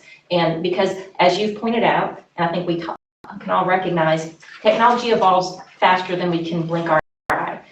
And as soon as we come up with a way of filtering or blocking something, somebody's coming up with 5 different ways to override that. The only way we can become aware of that is with people that are in the trenches, parents that are aware of what their students are accessing and being exposed to, and can we make it easier and more visible to give them that way that you said there is a way for parents to alert us, but if we could make it like a hotline or some visible way that parents are aware that you're a partner, we rely on you to let us know what's going on. Here's an easy way for you to contact us if you see something of concern. So we've traditionally done that just the way we do other communications with alerting the teacher. But if we want to move to some kind of centralized reporting, that's not hard. An idea would be easily to put a form on that website. It's just a drop-down menu with a website, easy, one click, and it goes to somebody in the technology department to read. I think it would be beneficial to make it anonymous, because I think there might be some fear of retaliation that, that means my kid won't be able to use the school computer if I let them know he accessed this If website. it's anonymous, it makes it harder to follow up with them and let them know here was our, Yeah. that maybe we can make it optionally anonymous. That'd be great.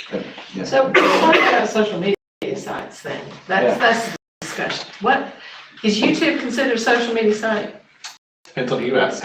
Okay. We do have a lot of teachers that use YouTube for YouTube's education. great. I mean, there's wonderful So things. But that- Facebook, what about Instagram? I know Snapchat, TikTok, we don't allow those on there, do we? Snapchat and TikTok are blocked by Cleveland City Schools. So. Right, so we do block some of them, Right, but, I know there are school districts that block them all, yeah. except for YouTube. And this is just me speaking about this, my thoughts. You know, I don't see an educational value to sites such as Facebook or Instagram or things like that on our school computers during school day. I don't see that. And these are educational tools during the school day. So from my perspective, you know, I do not have a problem with us coming up with a procedure to do away with social media sites accessible via our computers and our technology during the school day. We can do at home as well. It really depends on what you guys think. Now, at home it could be, and we can also separate. You know, I do think there's value in our teachers and our administrators having access because we have to do investigations. We have to look at things. We have to be able to get in and search. Students don't necessarily have to have that access during the day on our devices. Now, like Cody said, 95% of our high school students also have a phone or two phones, whatever they be the case, and they can easily do that on their own if they choose to do it, but it's not on our devices, and it's certainly not on our internet. So that's just my thought. I would love to take social media off of our computers. I just don't see, I mean, if I'm teaching a class, I don't want to look over and see that little Dawn over there is on Facebook, you know. I don't see any if there were an educational reason in that classroom that day for Facebook, then a teacher could be allowed, she could contact technology, right, and say, No, it's either a block or not block. block or at not that block. point. So I guess that was my question is, does Goguardian facilitate a plan for students and a plan for employees? Okay. So we're kind of talking about two different things. To address that one, can we do a plan for employees and students? Yes. The way it's currently set up, and we don't, and the caveat is that DNS filtering, the automatic filtering, would have to be the lowest common denominator. So if we allow it for staff, we have to allow Facebook on the DNS filter, computer labs, those kind of things. So if we split them, I can never 100% say. How many teachers are using it on their computers? Wouldn't they be using, if they're trying to communicate for like an after-school club? I think of more of the high school using this as a means of, you know, they use Twitter or whatever to communicate club meetings and stuff like that. That would be on their phone, not on their computers. So would we be able to block the computer use and the teachers could still communicate with that kind of acceptable communication with students via the phones? I would think that we probably do have some that communicate using like Twitter on their computers, teachers and things like that, because we do have some areas that may be hard for their phones to have access if they're not on our Wi-Fi for some reason. So I know, you know, for example, I use Twitter on the laptop more than probably I do on my phone. Now the other social media sites I obviously don't, but. A lot of our teachers use Twitter.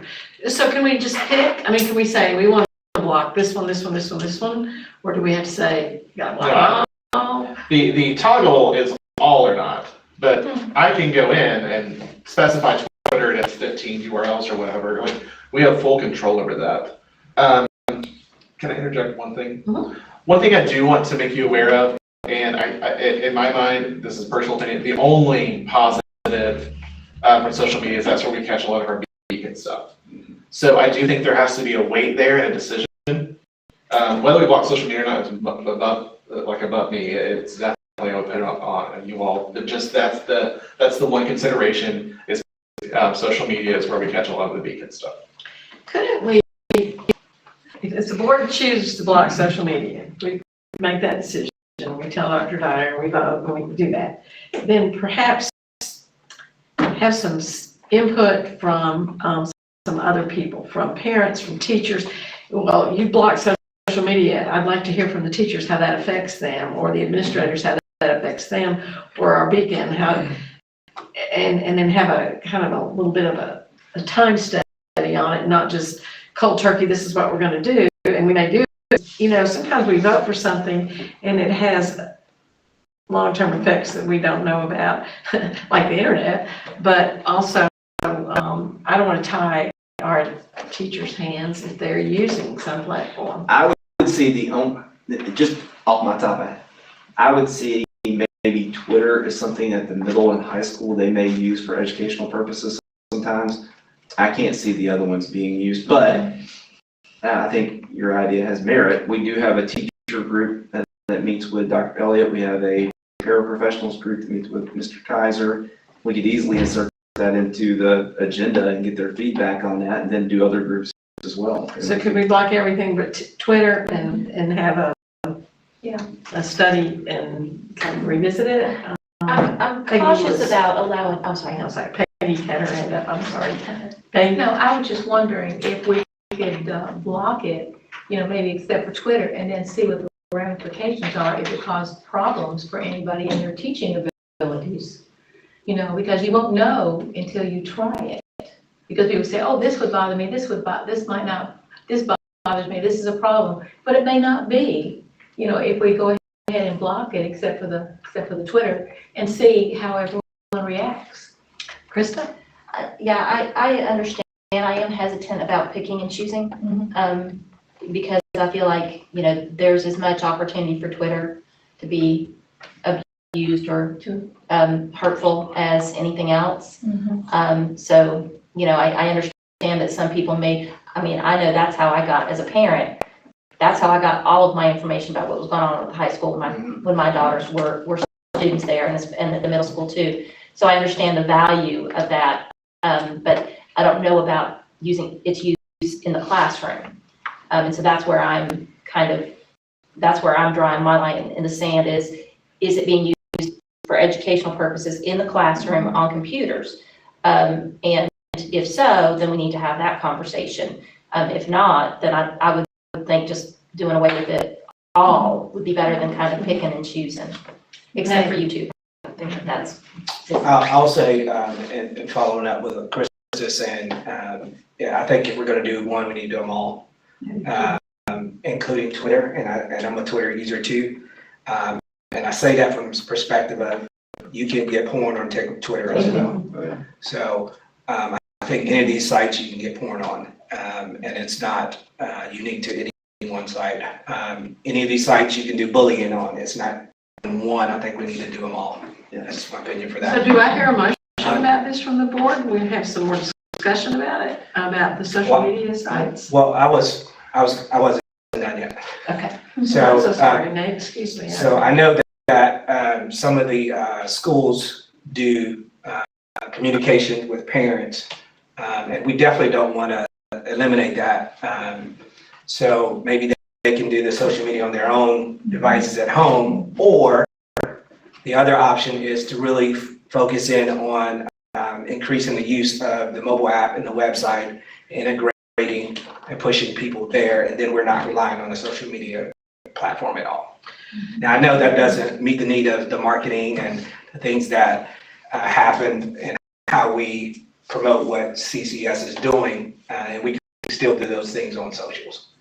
So when Cleveland Band Boosters post that, you know, we won grand champions last week and all that, and they put that on Facebook, they won't be able to do that anymore, right? Unless they're doing it from their at-home computers. That's correct. Unless we allow for access from teachers and admin while at school. 'Cause, you know, we don't provide for, you know, the band director to have a phone. We don't provide for the high school principal to have a phone. It's their personal device that they would then be forced to use if they cannot access Twitter via their school-issued laptop for school business on Twitter and things like that. And that's what I would want us to consider, is the fact that, you know, our administrators and teachers do post things to Twitter and to Facebook and the things to put out there about school business, and we're not supplying them a phone to do that. So that's something that I would want us to think through a little Would bit. you have a recommendation for us, Dr. Dyer? I think a recommendation that I would put out there, and then you guys have the final decision to make, would be to go ahead and do the blocking for social media for students. That's something that we could easily do, and I think we could easily live with, and we find out there's ramifications.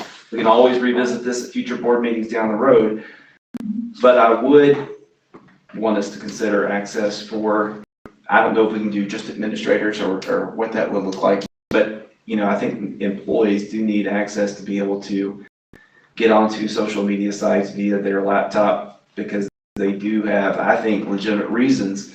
And I don't think they're on there, finding out, what's the latest events going on this weekend in Cleveland on a Monday afternoon, but to be able to access, the band's Facebook site, or to tweet out something about the football game Friday night, those kind of things. So that would be my recommendation for you to think through.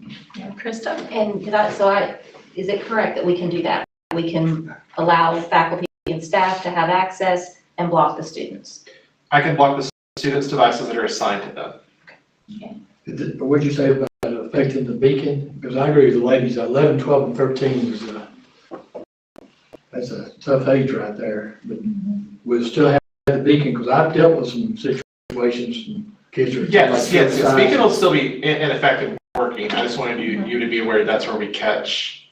Whenever we actually talk to principals about this to get their input, and that was Autumn's biggest input, is that's where we get our beacons. Social media. Social media. So if they go on their phone and they type something, if I type something to you that I don't like you and I'm going to hurt you tomorrow, we won't pick that up via the phone, because that's not connected to our Wi-Fi. So that's something right now we would have, like if they went on their school issued laptop and went on Facebook Messenger and I sent you that message, we would be able to pick that up then. So that. But we still have to stop it at We the very much kids, so. then they can Very much report. so. Yes, So- and that gets used fairly often. I just want to clarify, just because there's several things involved here. We can segment, right? But the segmentation that you're talking about is this laptop that I'm giving to kids, not the ones in the computer labs, not any other device assigned to an administrator.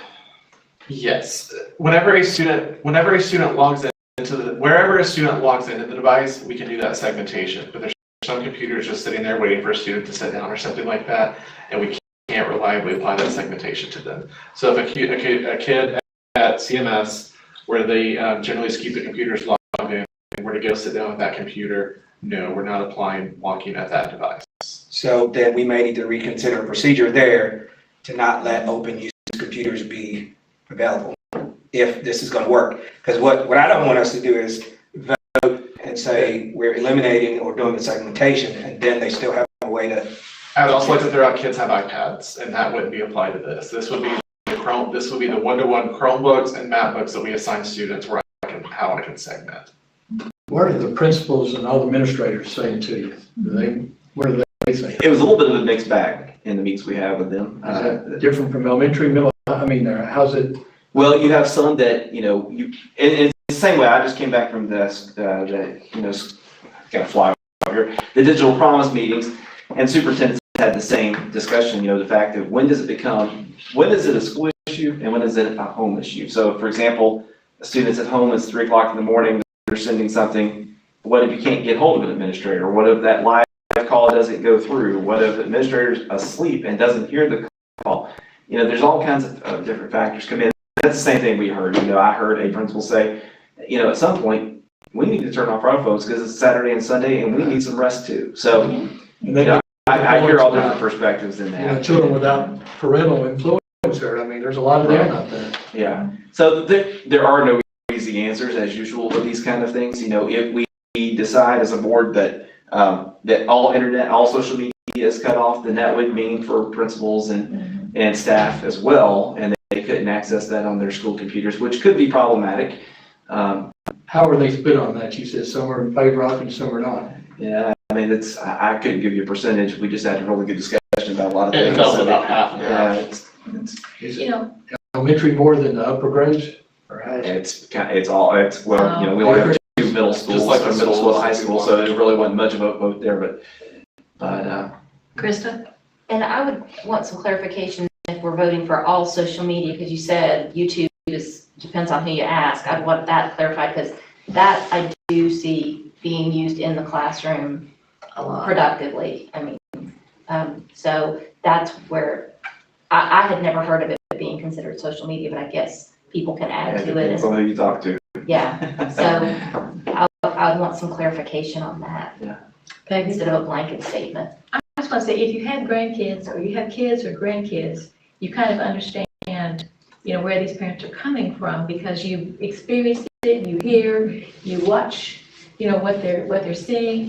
But, not all of our teachers have children and may not understand the things that parents are dealing with until they have children. Well, and if I could just branch off what Krista said, the other danger we get into, sort of, I'm going dangerous right word, we think of Facebook, we think of Twitter, but there's Yik Yak, there's all these different ones. So if we were to name each one, all they're gonna do is keep creating new ones New ones. that come up. So, we may not, what we may wanna do is give us a little time That's what I think. to think through and meet with administrators, meet with people, and put together some ideas to bring to you as a possible solution at a future board meeting. So, Because we do need, I think, to get this right and make sure we. So you're saying not do it, not do it. Well, I'm now? just saying that's a possible idea that we could come back with. Well, Nate? I was just gonna say, I mentioned a focus group. This would be a great time to start one and use that focus group as an opportunity to help facilitate that. Because it doesn't need to just be CCS employees. Yeah, I mean, what we could easily, we could right now go in and block 4 students as a stopgap measure, the ones that are the ones we know of, even without you going through all this, we could block Facebook and Twitter and Instagram and I don't know what else at this point. We could do those ones that are your biggest names ones for students right now and leave the ones for the employees alone, and then take time to put together the focus group and go through this exercise and figure out, and also look at examples from other school districts that are doing this. We can find examples from other places that have done this and been through this. My grandchildren have no social media access in rich schools. Can't get on any social media. I'd also like this time to be used to help teachers, if they don't already know, how to use the existing platforms that we have to access instead of relying on something like YouTube, because you can download those videos, Sure. post to the Canvas, and students would be able to access. The dubious value of you could legally do that. You can do that, but you're not really supposed to. Okay. But there is YouTube for kids.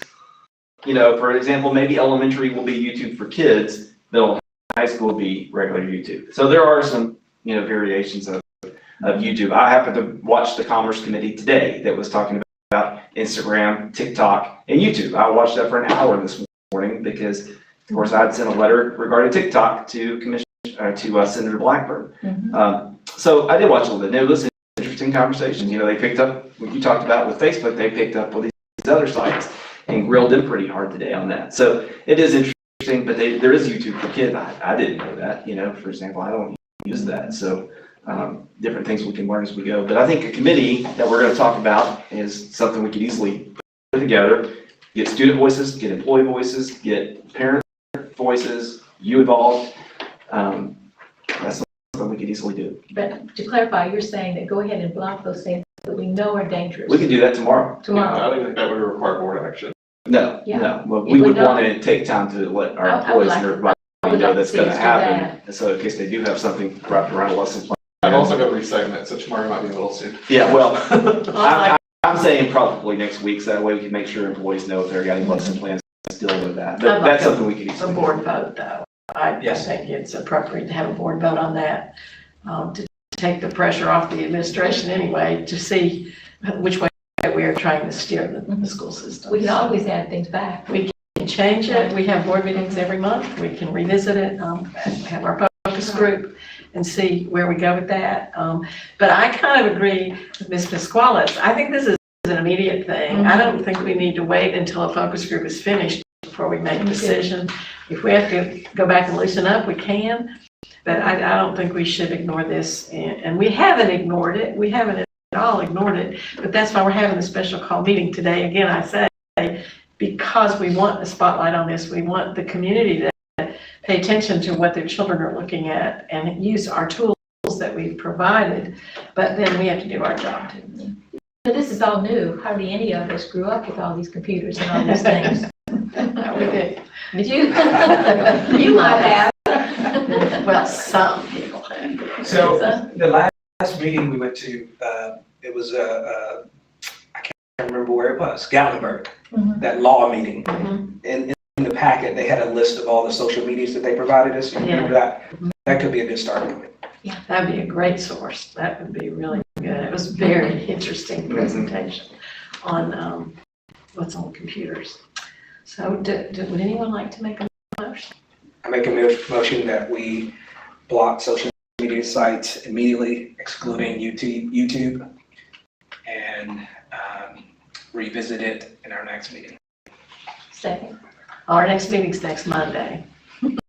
Our next meeting. Special call meeting. In December? In December. Okay. So, Because it won't give us much time between now and so are we saying for all employees as well? It's a motion, Nate. Yeah, that's the motion. Okay, is there a second?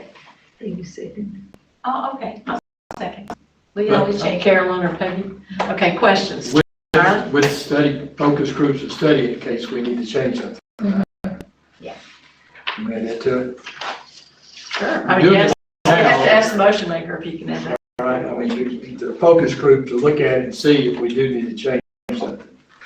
I'm gonna be voting no because I want it to be distinct between faculty and staff and students. I'd like that to be, I'd like to plan it for students, but not for faculty. Okay, so can I amend my motion then? Yeah, let's amend the motion. All right, so I'm going to amend my motion to say that we block all social media for all students and leave it available for employees. But also consider we need to block or fix the issue with the public computers. I'll second that. I like What that. about YouTube? YouTube should be made available. Okay, did you get that, Julie? Does the board have complete understanding, kind of pieced together? Great motion. It's just a long one. Thank you, Matt. Okay, who seconded that? Peggy I did? did. Okay, any questions or discussions about this? All right, all those in favor say aye. Aye. Any opposed? No, it's a unanimous vote.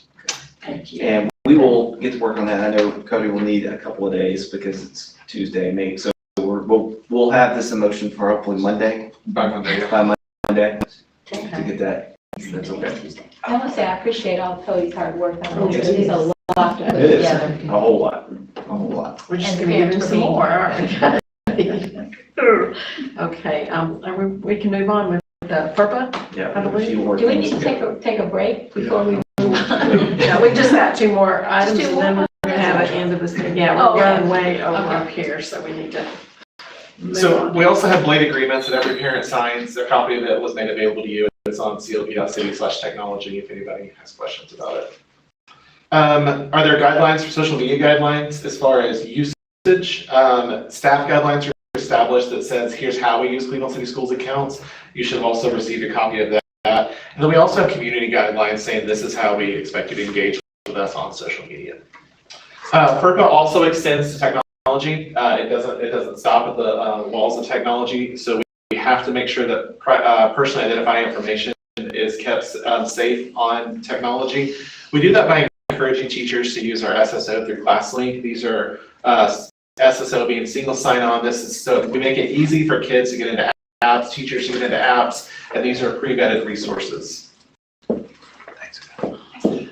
There was talk about network security. You know, we won't talk publicly about what type of firewall or anything we use. I do want to let you know though that we do use a next generation firewall. Most firewalls, if you look at the design model on the right, and I'm just going to hurry through it, would use a 3 or 4 layer filtering whenever they do their firewall analysis. We do use a layer 7, so that plays into our ransomware plan. We do have robust backups of our critical infrastructure, and we allow cloud storage versioning for every employee. So as long as they're using the cloud storage, like we encourage them to be able to go back and get their things back. Even with all of that, the biggest attack vector is still the employee, the person, the user credentials. And so we do know before training to both train teachers and staff, hey, here's how people are trying to attack you. Here's what to look out for. We also do user testing to see if they're responding to those, and if they do, responding to phishing emails, and if they do, they get immediate training. And we send that out for all employees to complete. And you did send it to the board, and I didn't want to click on it because it was a before link, and so I contacted Cody and said, is this okay? It's good to ask. Yeah, I'm glad I asked because I apparently when I clicked on that, it'd done that training once before, but I didn't. We do a little bit of so different much times, process. so yeah. Okay. So thanks. So maybe a heads up next time for board members. Yeah, if you could do that for me too, that'd be Sure. great, because I've been ignoring that one. We actually want to make it for everybody, just to give them a heads up. Thanks. What are password change policies? Just really quickly, once again, we won't talk about specific policies, but NIST, who kind of sets the standards for the federal government and everybody else follows, actually just released a new framework that encourages organizations to remove periodic password changes, even though they acknowledge that it still hangs around as a best practice for a lot of places. And there's several studies that show that it doesn't work well. So I only put this on here to highlight, there's competing information out there about what's best practice, and it's always changing. And so we're doing the best we can to try to follow those models. On the passwords, while that is true, the caveat there is multi-factor authentication though too. Yes, So and you what do are you need doing for multi-factor authentication with that. I'm sorry? Yes, and multi-factor authentication will be key. Okay, are you guys using multi-factor? We wouldn't talk about that publicly because it is a security measure. We can talk about it in a private session, or we could talk about it one-on-one. Okay. A question we get is, are we blocking cell phone signals? No, Cleveland City Schools does not block cell phone signals. It's actually illegal. And so put some information there about that. But due to building construction, our buildings are very tight. Thank you, Hal Taylor and group. And that can be a factor sometimes in getting those cell phones. But when we do get complaints, we've had some issues like in the arena and places, we've been able to work with those teachers and get them better service. So we've been able to do that. And so to kind of end this up, it's been suggested, I think we're going to go a route of a 360 technology focus group that would include board members, administration, faculty, students, and parents. It's been 5 years since we made our Blade plan, and it just got finished. We just got it for everybody K-12. So it's a great time to look at this again and see where we need to be going with technology, both instructionally and infrastructure. And so, So that's something we'll be working on, and Cody and I can meet and start putting some names and ideas together and then come back and share that at a future board meeting. Maybe we'll shoot for the December meeting to be able to come back and talk about that with you all. And that way we can also have time to talk about how the new policy dealing with social media and how that's going. So we can give an update in December for that. Okay. You finished? We are with that one. I'm going to adjourn the meeting, but instead of 15 minutes, if we could do 10-minute break before our facilities meeting, that would help since we're kind of behind schedule.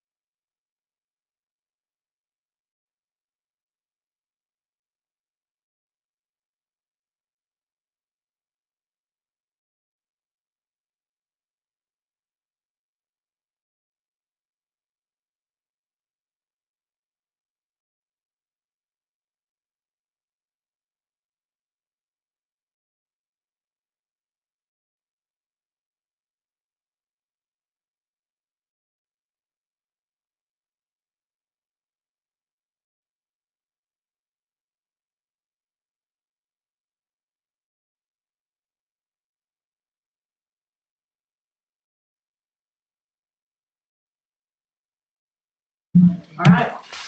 We have an agenda, I suppose.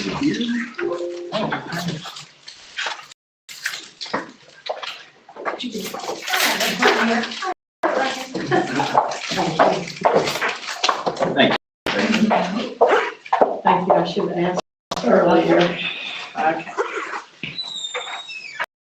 So, if y'all see the agenda, for the facilities meeting. Okay, so we need a motion to approve the agenda. So Carolyn makes a motion. Second. Charlie second. All those in favor say aye. Aye. Aye. We're good. We have 5. All right, we will start then. And facility plan update. Okay, Al Taylor. Yes, sir. Thank you. Just want to thank, I want to thank Susan Shelton, my administrative assistant, helped out with this a lot. So did Cindy Guerin and Julie, and I really appreciate their help in making this presentable for you. So we're going to move through this. I think hopefully we presented the information in a way that'll be self-explanatory for the most part. We'll start with Mr. Templeton, Brian Templeton, as he's going to give you an update on our facilities long-range plan. I mean, up there, or? Right there, you'll be on the screen, so right here. Yeah. All right, thank you, Hal. We're gonna start by talking about where we are, just give you an update on the facility study. Don Shell was gonna be here today, but because this is just kind of a brief update, and I was gonna be here for some of the other topics, I'm gonna update on it, but we've picked up where we left off. We had a brief pause due to Don had to cut some health issues, and so while he was rehabilitating from that, we kind of paused. We picked up. We've had a series of meetings since that point, and right now the focus is on the 4-5 or the 5-6 facility.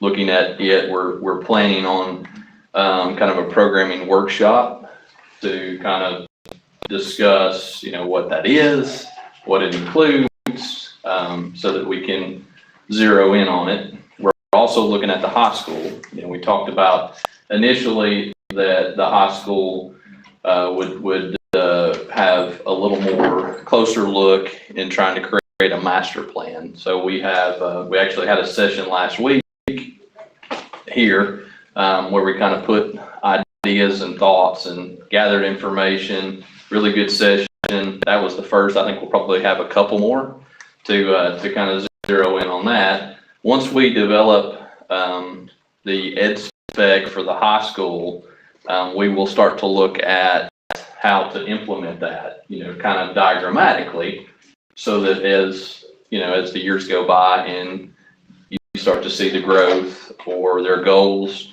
from the program, it can be something that can be phased and leads to an overall concept, which is what we're trying to attain. So we're looking at circulation, we're looking at the program, looking at CTE, looking at security, all those things. So I think it's going to be a really good process. Like I said, once we get that, we'll be able to come back and share ideas on how we achieve those goals. So that's really a condensed version. We've got the numbers and all that stuff we've kind of went through already as far as growth.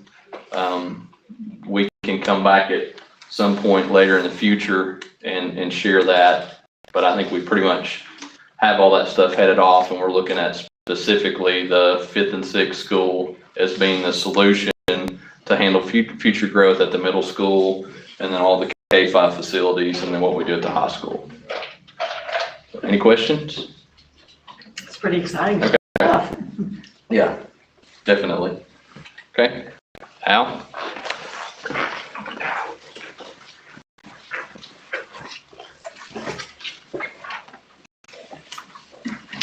I'm going to give you some project updates. I'm going to update you on the projects that didn't involve Brian, and then I'll let him come back up and he'll talk about our summer projects next. First thing you see, we did get Mayfield Elementary painted this summer. It was done through sales tax. Then, as you have mostly all witnessed, did get the football scoreboard replaced, and it's functioning as well. We did that with county bond funds. The baseball scoreboard at CHS, we did get done right there at the beginning of the baseball season. Both those scoreboards, we got done within hours of being able to use them, so I'm just glad we got them done. 2 school buses have been replaced, one regular ed and one special ed bus, using sales tax funds. We did use we pressure washed the CMS and painted the post there this year. That was something we just went ahead and took out of the maintenance budget. Cafeteria chairs and tables have been ordered for CHS. Here's where we get into what we're seeing in our world today. All of these things are being delayed. Hopefully the tables will be in within the next couple of weeks, and so will the chairs. And then when we get into the athletic field equipment, that's been the one that's been the most interesting. We've actually had them come back and them cancel equipment on us. We ordered a 0-turn mower, and they just flat came back here about a week and a half ago and said, we can't even get it. We're canceling the order because we can't even get it. We don't know when that mower is going to be available. And all of this equipment is actually being kind of made on order. They're waiting until they get enough orders to then make the equipment. And so this goes back to the supply shortages and all. We have some of it on order, but we're just in a delay. Hopefully by the time grass starts growing again, we'll be able to get these things in place and we'll be able to continue on. So that's where we are with our present projects. Hey, Hal, on number 7, middle school gets a separate mower from the high school, right? Right. The real mower has been ordered, and he's telling me that hopefully by the end of November, but he said he can't promise anything. And Goguardian got as many fields as the high school do. right. So it's like the football field was turfed, but you're gonna keep one tractor for most schools use? Yeah, and we're working on that right now. But they'll each they're getting a real mower that we've ordered. Their mower is still on order. Again, it's been on order for a while, but we're just these whole delays. They're separate ones, so you don't have to share. Right. So that's, and then the Gator type of device for the high school is on order. Again, we're being told into November. Hopefully, it should have been here already, but it's not. And then the 0-turn mower that we ordered specifically at the high school is the one they just canceled. So now we got to look at another alternative. So that's what's going on. We're just running into problems with getting equipment, getting here, just like the tables for the high school. They were supposed to have been here a month ago when we originally ordered them, and it's the world we're in right now with delays. Any questions about those particular projects? Well, I guess we're going to switch back and forth a bit, and I'll hand it over to Brian. Could we get these slides sent to us? Yes. Okay, thank you.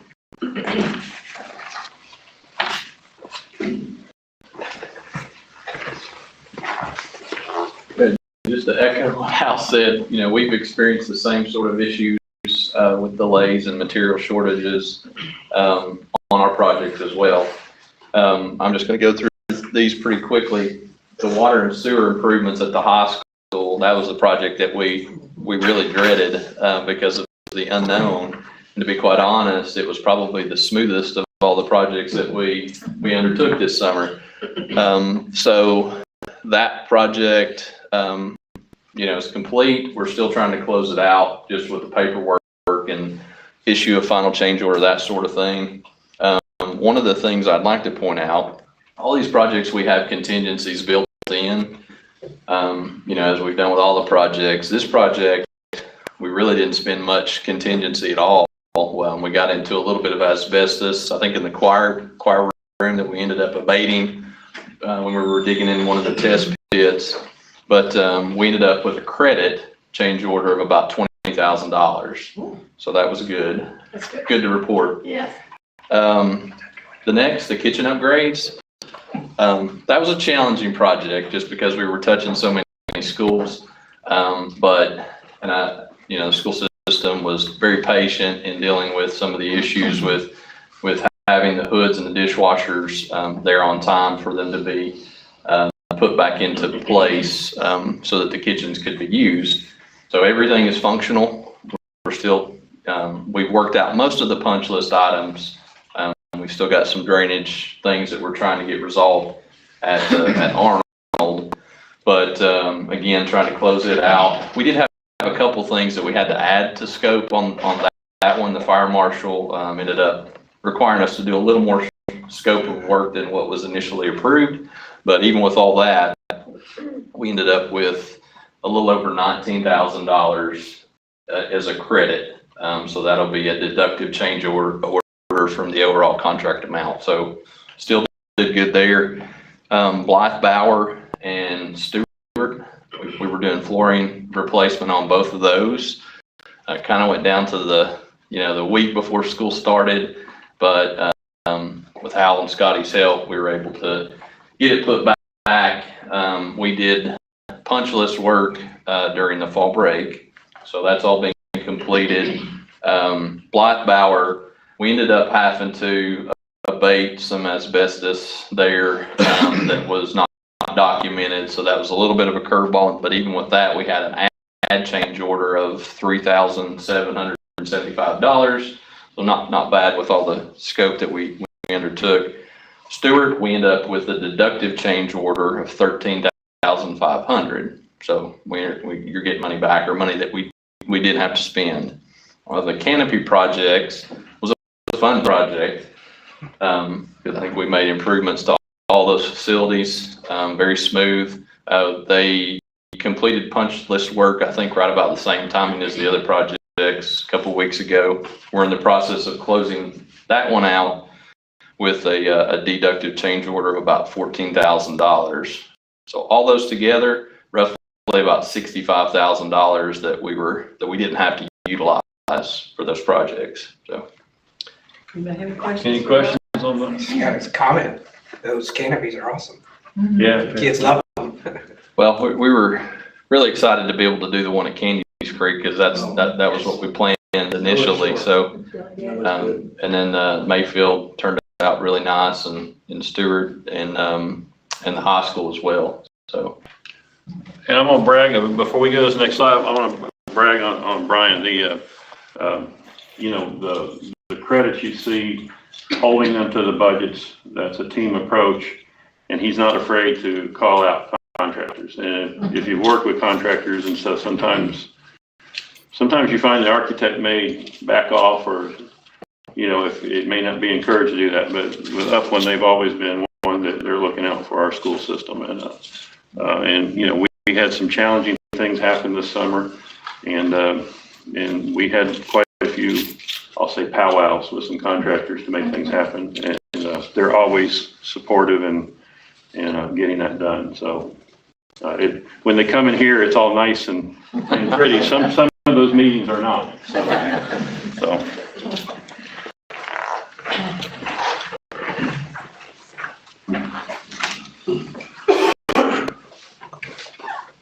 Okay, Laura, I'm gonna let Laura tell you, she's talked to you about the grant before, and then I've got the numbers here. Just so you know, TBD means to be determined. And so we'll talk to the principals about, when you see TBD, we'll talk to the principals about where the needs are. And then with the water fountains in particular, that'll be another project we have to do through the architect to have these things installed correctly. And so I'll let Laura talk to you about. So these were just a few items that we were able to incorporate in the ELC grant that we received. The mobile clinic, we do have a clinic up and running, an outdoor clinic at the high school. If you've been by there, Hal was able to put a clinic up, and it's an old bus that he has turned into an outdoor clinic. So we do have a nurse out there that is doing some COVID testing. We're working on acquiring an actual mobile clinic, but again, that's just delayed with everything that's going on right now. So, and then he's already talked about the water fountain upgrades, outdoor breaks and classroom areas. We're thinking, extending some walking tracks to provide more opportunities for students to kind of keep their distance outside, and then also some outdoor classroom areas similar to what is at Candies Creek already. And then other items that we, the bottle fillers, we've already purchased water bottles for every student. So those are just some several items that the ELC grant is providing, and so those are And all the principals have asked for bottle fillers. That seems to be where we're going instead of water fountains. So I think that's probably, especially with what we've been through the last couple of years, a smart way to go. Laura, what was the total amount of the grant? The grant was $1.5 million. Thank you for doing that. That was great. Yes. Do they leave the water bottles at school, or do they take them home? We're allowing them to take them home just so that they can be washed and cleaned. They come back? Well, I hope, but I mean, there are plenty of water bottles, so we can always replenish for a while if they need them, so. Any questions on? This is a really nice grant to get, and a lot of school systems didn't apply for that grant, which allowed us to have even more of the money that came. So I'm glad we went for that, and it's allowing us to do some really good planning and good events, and So was that, is that someone that wrote that grant? Did you do that? Yes. She did. Yes. Thank you. Thank you. Great idea. I will say that the testing is going well also. So I think we have a lot of parents and faculty members and staff that are very pleased with being able to be tested. So I think that that's been a great thing that's come out of it. So it's great. Thank Been wonderful. And next is Mr. Cliff Eason to talk about our energy program.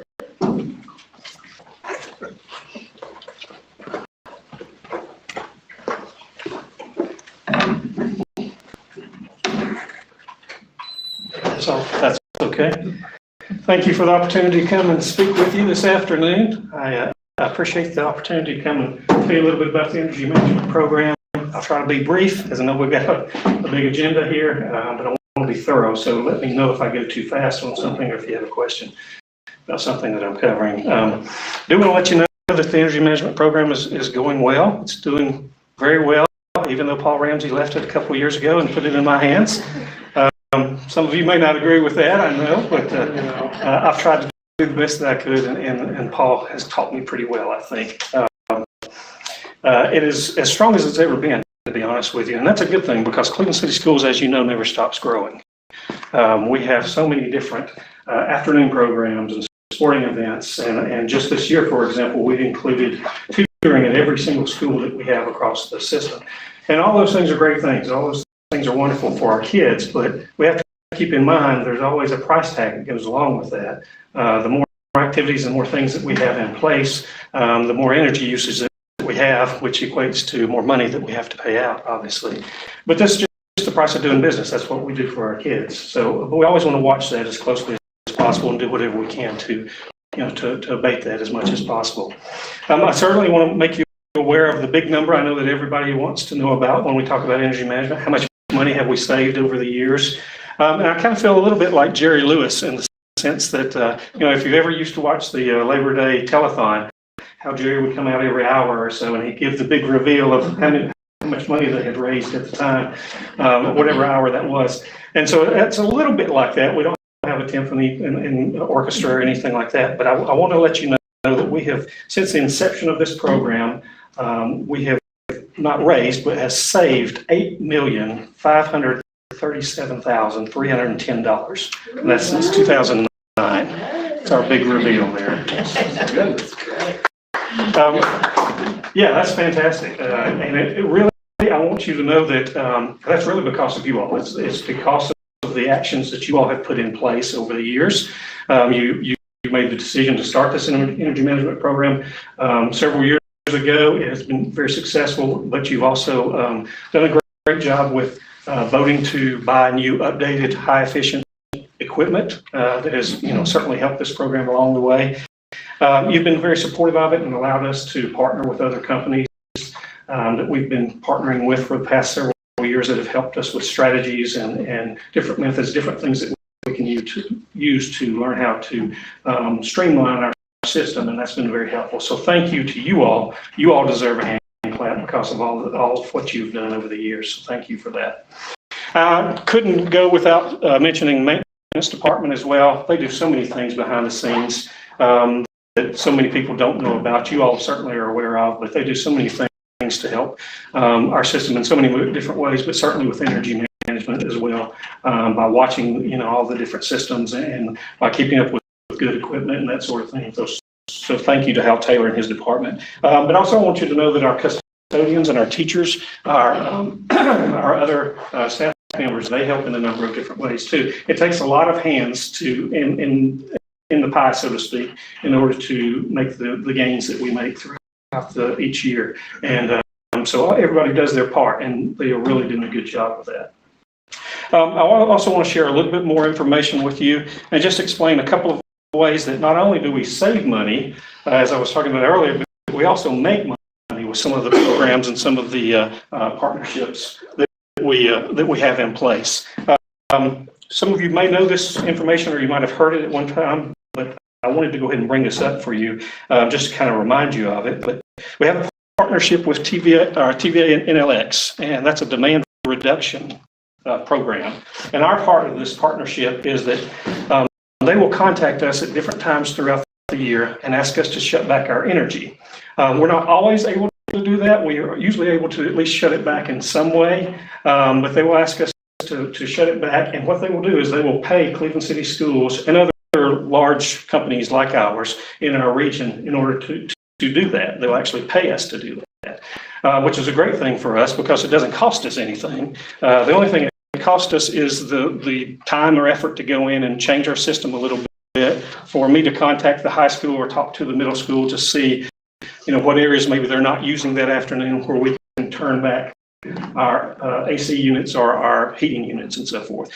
Usually it's something along the lines of 2 o'clock to 6 o'clock, which oftentimes is when we're shutting back anyway, because school is ending shortly thereafter. So it's a great partnership for us. It helps out in a number of different ways. I gave you an example here of just looking back this past year to 2020-21. In June, that was one of the times when we shut back energy. They contacted us and asked us to do so. And we received a check for $687 that particular month. Now, that's not a lot of money, but that happened probably 3 or 4 times over the year. And last year was an unusual year because it was a COVID year. And so we didn't have as many activities and things taking place in the afternoons. Our buildings were already shut back a great deal because of our, COVID protocols and so forth. But still, if you look at that, 3 or 4 times over the year, it added up to $1,760.34 just for last year, again, which was a low year for us. Normally, our checks would be higher than that, and our participation would be higher than that. So again, it's a small amount, but it adds up, and it's not costing us anything to be able to do that. Another example of how we make money through this program relates to Cleveland High School Science Wing and our partnership with TVA and Cleveland Utilities. You all made the decision, first of all, 10 years ago to build the Science Wing. It's been a great addition to Cleveland High School. But one thing that you all did at the time also was you included solar energy equipment with that building. Now, there were incentive programs in place. There were a number of things that benefited us to go ahead and make those decisions at that time that aren't in place now. So we aren't able to do that with our buildings currently. But because of that, because of you all having the foresight to put that in place and so forth, every month we receive a credit on our utilities bill because of being, having that solar credit, our solar energy equipment in place. We actually are earning money every month because of that. So just to give you another example, in June, $535.33 we had as a credit on our utilities bill from Cleveland Utilities for the high school. Now, again, that's not a whole lot of money, but you add it up over the entire course of the year there, it's $5,423.62 over the course of 2021.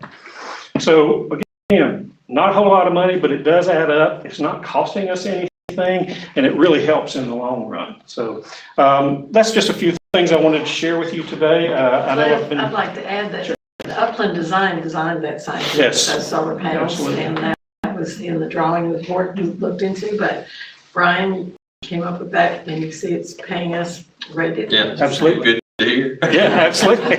Sure.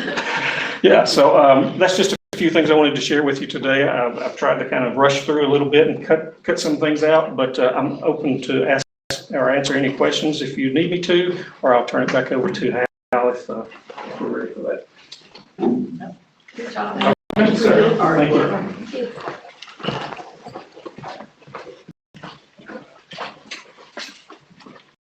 Well, that's, with him speaking, that's gonna bring us up to, we're gonna hit a few areas that we'll need your approval with. ESG, we did a contract several years ago, did some energy management upgrades. Part of that contract was that they promised that what we would do would save enough to make payments on the equipment. And in that promise, we agreed in that to pay them $25,000 a year for that guarantee. Since we have done our stuff with ESG and completed that project in 2018, what we see is we have consistently saved more than what they predicted. So at this point, for us to continue paying for the guarantee we're not benefiting. We see that we're going to continue on that path of savings. So we would like to approach you and ask you that we could eliminate this. They know what we've spoke to them. This is kind of how it works for them. And the thing is that's different for us than other systems is we already have an energy manager in place and we use the same software system they use to help us show what we were saving already. So because we have an energy manager and we're able to monitor this on our own, I'll come to you and ask you if we can eliminate the or end the contract with ESG for the performance guarantee. And then that's $25,000 a year that can be spent towards other items, since we're just really not going to benefit from that here on. And I think we're going to cover several things, and then if y'all are okay. I'm okay. If you look, the ESG and the next four are all voting items, so I have a total of 5 there. Yeah, but I'd like to get a recommendation from Dr. Dyer and then vote on the ESG. Okay. And it's before we move on. Okay, yeah, my recommendation would be to follow the recommendation from Hal Taylor. You know, it's kind of like an extended warranty for your car at some point. It's not really worth it anymore. So I think we've clearly hit that stage. So my recommendation would be to follow what Mr. Taylor said. Is there a motion from the board? Council Carol will make a second. Second. Krista, okay, now questions. Charlie, you have a question? Okay, anybody have any questions? All right, all those in favor say aye. Aye. It's unanimous, okay. All right. Okay, next, Mr. Carroll is going to come and talk to us about the softball scoreboard at the middle school. I have reached out to Bob Tarver. He's made a lot of donations to us already at the middle school. He has an active interest in our softball program. Obviously, our scoreboards are 20 years old and fall apart. We did buy a new football scoreboard 4 years ago, but we need to replace our baseball and softball. And so Mr. Tarver has agreed to totally fund it. So it's $11,500 some odd dollars, somewhere $11,542 that he's willing to buy. The agreement would be on the back. He just would like to have a sign on the back that says, "We support the Raiders. Tarver, making friends is our business." And so we're just asking for board approval if that's okay. I know we had a committee met with Mr. Elliott on some of the things what we're advertising for. Now, obviously, we know Tarver is a Budweiser distributor, but they distribute a lot more than Budweiser. We buy all of our water from them that we sell on our concessions. We also buy the ice drinks. They're a carbonated fruity drink. We also buy C4 energy drinks. We also have a new line, Latte. It's another fruity carbonated drink. So we do buy a lot of our concession stand stuff from them.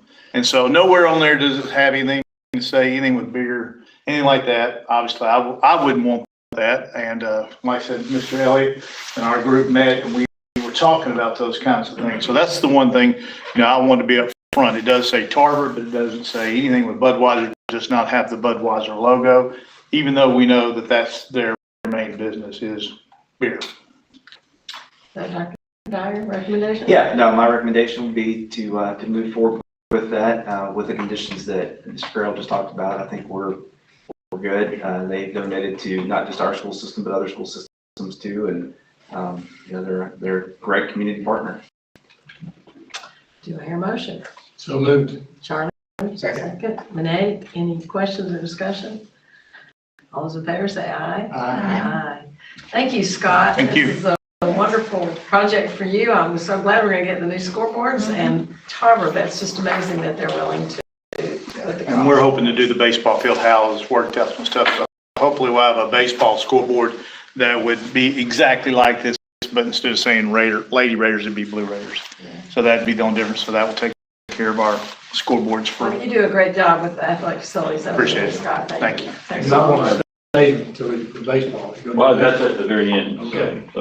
So, It should have been softball now. this is actually for the softball. Okay, we've got baseball here. Yeah, and then.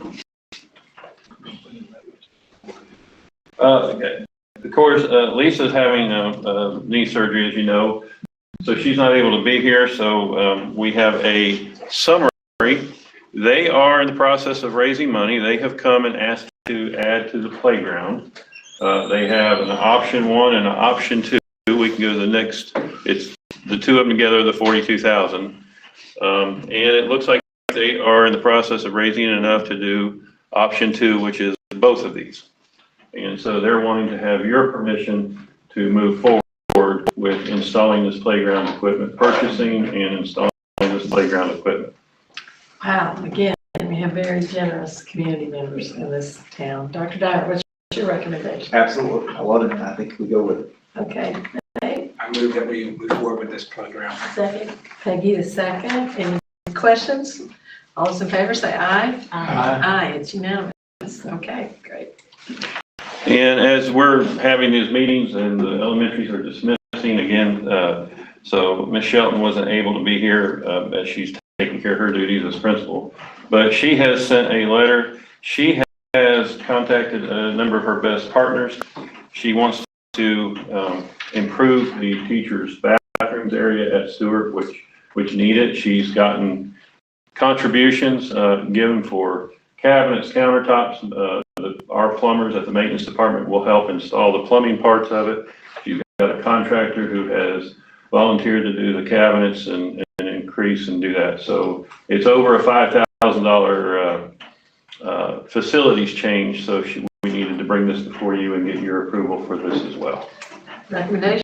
Absolutely. Okay. Any motion made? Second? We move forward with the student teacher measures. Okay. Carolyn second. Any questions? All those in favor say aye. Aye, it's unanimous. Very good. Oh, that's exciting. Those bathrooms really need it. Really. Okay. Nice addition. So you voted a number of years ago for plan number 5 with TDOT at the middle school for the driveway as a board. And so as we are moving forward, as you've heard recently, we are finally moving that way to actually doing Highway 60.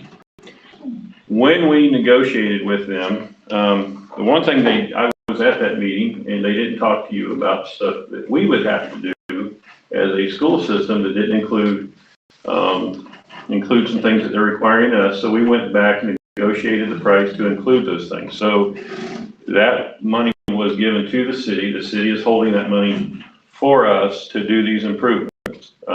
Altogether, I think it was between Candy's Creek and the middle school, I think altogether it was $288,000, I believe, something. About 280. Get 280, okay. So that we received for the property, but then again, some of that was to make improvements. So, and we went, Dr. Dyer and I went to the groundbreaking, and we were able to talk to some of the people in charge of that project and talk to some of the folks with the city.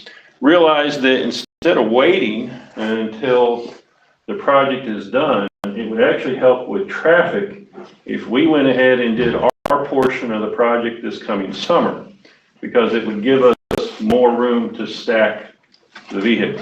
So if she's enlarged it, this area, it's grainy because it's a small picture, but TDOT stops at this point.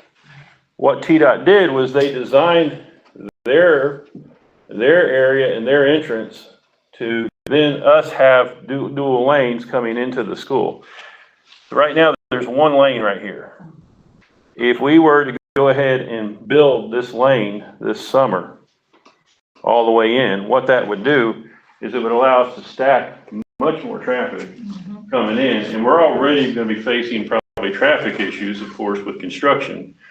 So it would make sense for us to go ahead and look. One, inflation will only eat away at what they paid us. So if we wait 3 or 4 years, we're gonna be losing value in the cost, and construction costs have only gone up the last number of years. And then two, it would go ahead and help us with the traffic by putting those 2 lanes in. So I'm coming to you, asking you if we could go ahead and approach the city. The city has shown interest in helping us with this project. Of course, we'll have to talk and work all that out, but we are thinking $80,000 to $100,000 is what we expect this additional paving to cost with this project. So what I'm going to do is ask Dr. Dyer, went to him to ask him if we could go ahead and look at moving forward with this project and get your approval to do this coming summer. Are there any questions about what we're looking at here? Do we have the funds to do it? We do. Yes. Krista? Always keep going. And nothing that they're doing when they start construction on 60 would mess up anything we would do this year. That's the nice thing. If we go ahead and move forward and do this, anything they tear up, they have to fix. Okay. So, so if we bring that lane on up, then they would be responsible for their part of it and taking care of breaks it. part of the curb or whatever the case is. And then Even if we've made modifications since our agreement. that's what they share. Yeah, that's what they shared. And we will verify all that But yeah. with the city. Yes. Anybody else? So, my question is this, when you add that extra lane, and you're gonna come around the corner, is it gonna get congested at that corner right there? We will have to widen this corner, and the one thing this picture doesn't show, and we are gonna need to have we use Scott Nichols through Upland usually for our civil engineering. And what we will have to do in this process is, unfortunately, there is a line of trees where that lane is. There's a line of, Got 4 in there. I think there's more than that. I think it's like 6 oak trees that were put there. And we'll have to determine whether we can go around them and what the additional cost would be. The problem with going around them is they're already very, very close to the road. So as they grow, then are we going to have an issue with those growing up through the pavement and causing problems with the pavement? So that's something to be determined, and look at the price between 2 and see what we can do with those trees that are there. We had talked while we were there, the city arborist, you can have them come out and just check and see if they can be moved or, whatever the case may be too. So we're gonna look at all different And options. paving around them probably will kill them. I mean, trees don't like that very much either. Right, and so we will check into that as part of the project and kind of see what's How would available. there be any problem up in the northern, where you come around there around the baseball field as you? No, we've already got 2 lanes, and they're already using those lanes when they go around there, so that won't be an issue. We've had to cut those trees back through the years as they got bigger and stuff, unfortunately, the way it worked out. But yeah, there's already 2 lanes all the way up, so we're just talking about widening this corner here. We'll have to take this median out a little bit here, which actually may help us solve some of our flooding issue we get in the parking lot when we get lots of heavy rain. And like I said, that's a substantial, I would guess that would give us another 30 cars of parking and stacking into the parking lot that we don't have now, which hopefully would help out with traffic a good bit with over there, getting it off the main road. So how are you saying, right there where the blue squiggly line is right there? Right there, that's where the 2 lane would start? The 2 lane would start here, Okay. and we would go ahead and add a whole lane onto here and come around and bring it. So this we would leave alone, and we would just widen it out and it would just widen up right here as it came in. And then this whole lane would be what we have to do. There, T-Dots stops at that red line. 2 lanes would be very helpful. Yes, sir. So what about coming out? Because there's only gonna be 1 lane coming out, right? Right. Well, No, they've got it. They've got two. It widens up right here, and there are 2 lanes right. here, but I think we've already got that coming out. That's already there. Yeah, I think as soon sooner we do that, the better, because it, at least when I was driving in the car lane, people, when it was that single lane, people that didn't want to go through the lane and wanted to go to the parking lot would try to pass into the outcoming traffic. So yeah, I think the more lanes, the better. So the soonest we could do it because of traffic in the school and the amount of time it'll take would be this summer. But if we get it this summer, it'll probably be before they start any construction. And speaking to them, it'll probably be before they start construction in that area on doing their work. So we shouldn't interfere with the highway construction or cause any issues if we do this now. Your recommendation, Dr. Dyer? My recommendation is to proceed. Any other questions? I need a motion, please. Carolyn, Peggy? All right, first and second. Any more questions or discussion? Yes, I think we talked about before, what you're gonna see to start with is utility movement. Won't be much road movement for a while. They gotta move the lines back and before they actually see a road start going down. Then the first thing's gonna be the bridge in it. Yes. Going out there. And we are talking, they have my number to call the project managers at TDOT. We've talked to the contractor. And they have my number and Scotty's number to call in the event that we have issues. Talk with Tim Henderson. As soon as they have dates about the utilities, Tim's going to contact us and we're going to sit down with Cleveland Utilities on that. So we're all in communicating to keep, to know and make sure that we keep our schools functioning and don't have any unexpected incidents at the schools. Any other, all those in favor of the motion, say aye. Aye. Aye, it's unanimous. All right, thank you, Hal. Thank you for being a good communicator, because that's a feat to be in communication with TDOT. Well, I'm going to say that Dan Howell was very gracious and he introduced himself as being concerned about this project and about concerned how it affected the schools. So it was very nice to have somebody in his position to take the time to speak up for the schools and stress the importance of them working with us. And I think that always helps when you have somebody, representing you in that. Great job. Thank you. We'll be sure to thank you. Oh, we are now looking at the American Rescue Plan is what it is now, 3.0, proposed capital project funding. Brian has looked at a few things here that we'll talk about, and if you have questions, I'll let him answer the ones that he'll need to. Of course, as we go through, he'll be looking at these projects. All of them are high enough value that they have to be looked at with an architect. And so what we're looking at is the high school entrance. Let me back up.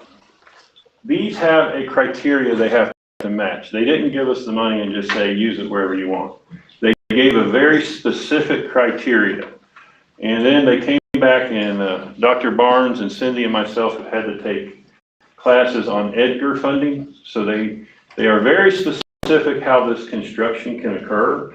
They are going to keep an eye on measuring the construction and how we do things with payment to employees through the contractor paying employees. So these are I want to say projects that are watched at very closely by the people who are giving the funds. The other piece is they had to have some kind of benefit to us from the standpoint of ventilation, cleanliness, ventilation, something to give distancing and increase distancing with the students. So as we go through these, I wanted to specify that's how we came up with these particular plans. Some of these are not on the facilities plan because they weren't there's something we can address with these funds, but they weren't necessarily an absolute need for the facilities plan. So you may not find all of these listed in the red letters on the facilities plan that I gave you last year, but that's why, because it was particular funding for particular types of projects. So for instance, the high school entrance, we are putting at least 1,000, 1,200 kids a day through that front entrance at the high school, through 2 doors. Well, that's hard to distance high schoolers when you're putting them all through the same entrance coming in the same way. There is no cover for those high schoolers coming from the parking lot. There's nothing there for them from the rain. We've had people fall, everybody trying to get in that door when it's raining hard. We've had people, like I say, fall. we've had injuries. So what we are looking at doing with this. And I'll add too, that's also a waiting room for parents and visitors to the school. So Yes, there's a yes. combination of different things. So we've put the front entrance so that we can open that front entrance up as we make it more invitable and safer as our students come in and as our parents come in, and even when we have large activities, it should be a safer space to come into. So that's where we have gone with that, the front entrance of the high school. An awning was cut out when we did the science, or did the arena. We had planned on doing an awning between the arena lobby and the science wing, and then that would give us another path for our students to go, instead of having to all cut through the commons when they're down at the arena or down in the science wing. They could go straight across, and we had to pull that out of the project due to funding. So we're looking at that would also again allow spacing of the students. You're not forcing them all around on a rainy day, through the commons, and it would still allow us to keep up with them per se. So that is the second project you see, is an awning that would go between the science wing and arena.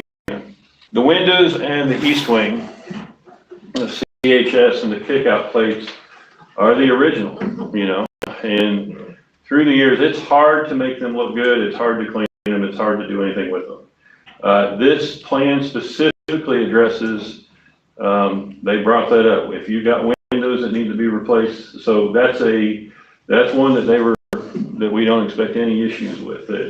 Because they specifically brought up changing out windows and ventilation.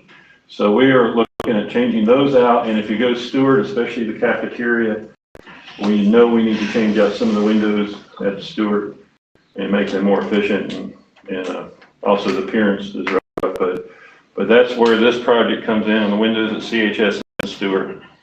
The HVAC at CMS is now 20 years old. Our HVAC systems there, and our HVAC systems on Blythe Bower, at least half of Blythe Bower, are 25 years old. So they're basically past their useful life per se. Well, this gives us a chance to get ahead of the game instead of waiting until we are changing compressors constantly and coming up with another capital project. What this will do is this will let us start replacing these systems before we get to that point. And so that's that, and that falls again underneath their ventilation requirements. For school buses, we are packed with our school buses. We do a good job trying to maintain and not run half full buses. We don't have the drivers to do that per se, but we are absolutely packed with our buses. And when they talked about distancing, there's no way to distance. When you're averaging 62 students, and that's high school and elementary, you're averaging that. When you start, you're shoulder to shoulder. Some of our elementary buses, we have 72 to 76 students on, they only hold 78.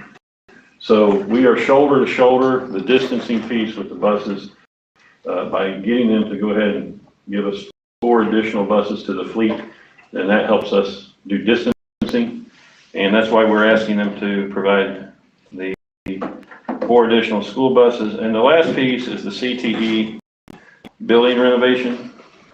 We have a lot of things in that building that we could improve ventilation-wise, plus hallway-wise, and the way the offices and stuff are set up. It would allow spacing and probably let us have an entrance down there on CTE. As our program grows, there's going to be times that you may need students coming into the CTE department. Specifically, it would allow us to move an office and an entrance there as well. So these are our proposed capital projects that we're waiting to get back. Right now, we had to send some more paperwork in, but we're waiting to get back approval at this time. We're expecting full approval on all these projects. So we wanted to inform you what we were looking at and where we were going. Any questions on? Yes, sir. So is the front entrance in the high school the one with the statue? Yes. Okay. And then the other question I had was, is it the west wing? Right. Is that still on our radar? That's still on our radar, and they're addressing the west wing with some of the facilities, long-term facilities plan. We need the 4 buses because we're having the social distance. Well, we have no distancing going on the buses, and that was one of the pieces that they really pushed, that if you were, and we just basically, you know, there's no way for us to social distance and pick up the kids. So this was an opportunity for us to add 4 buses to our fleet that specifically address their concerns, and add 4 buses to the fleet from that standpoint. When we don't have to, and it's social distancing longer, we'll have 4 buses to replace older ones then.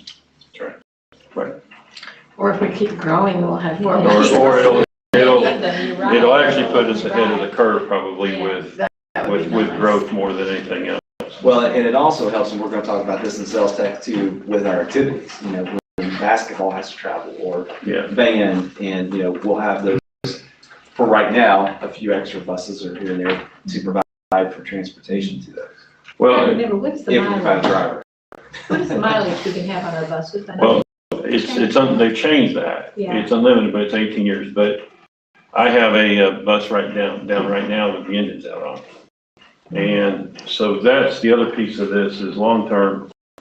This allows us to keep our fleet. We're struggling with the 18-year-old. The state implemented that, but in all honesty, we have lost a few buses over the last couple of years where the engines have gone out before the bus timed out.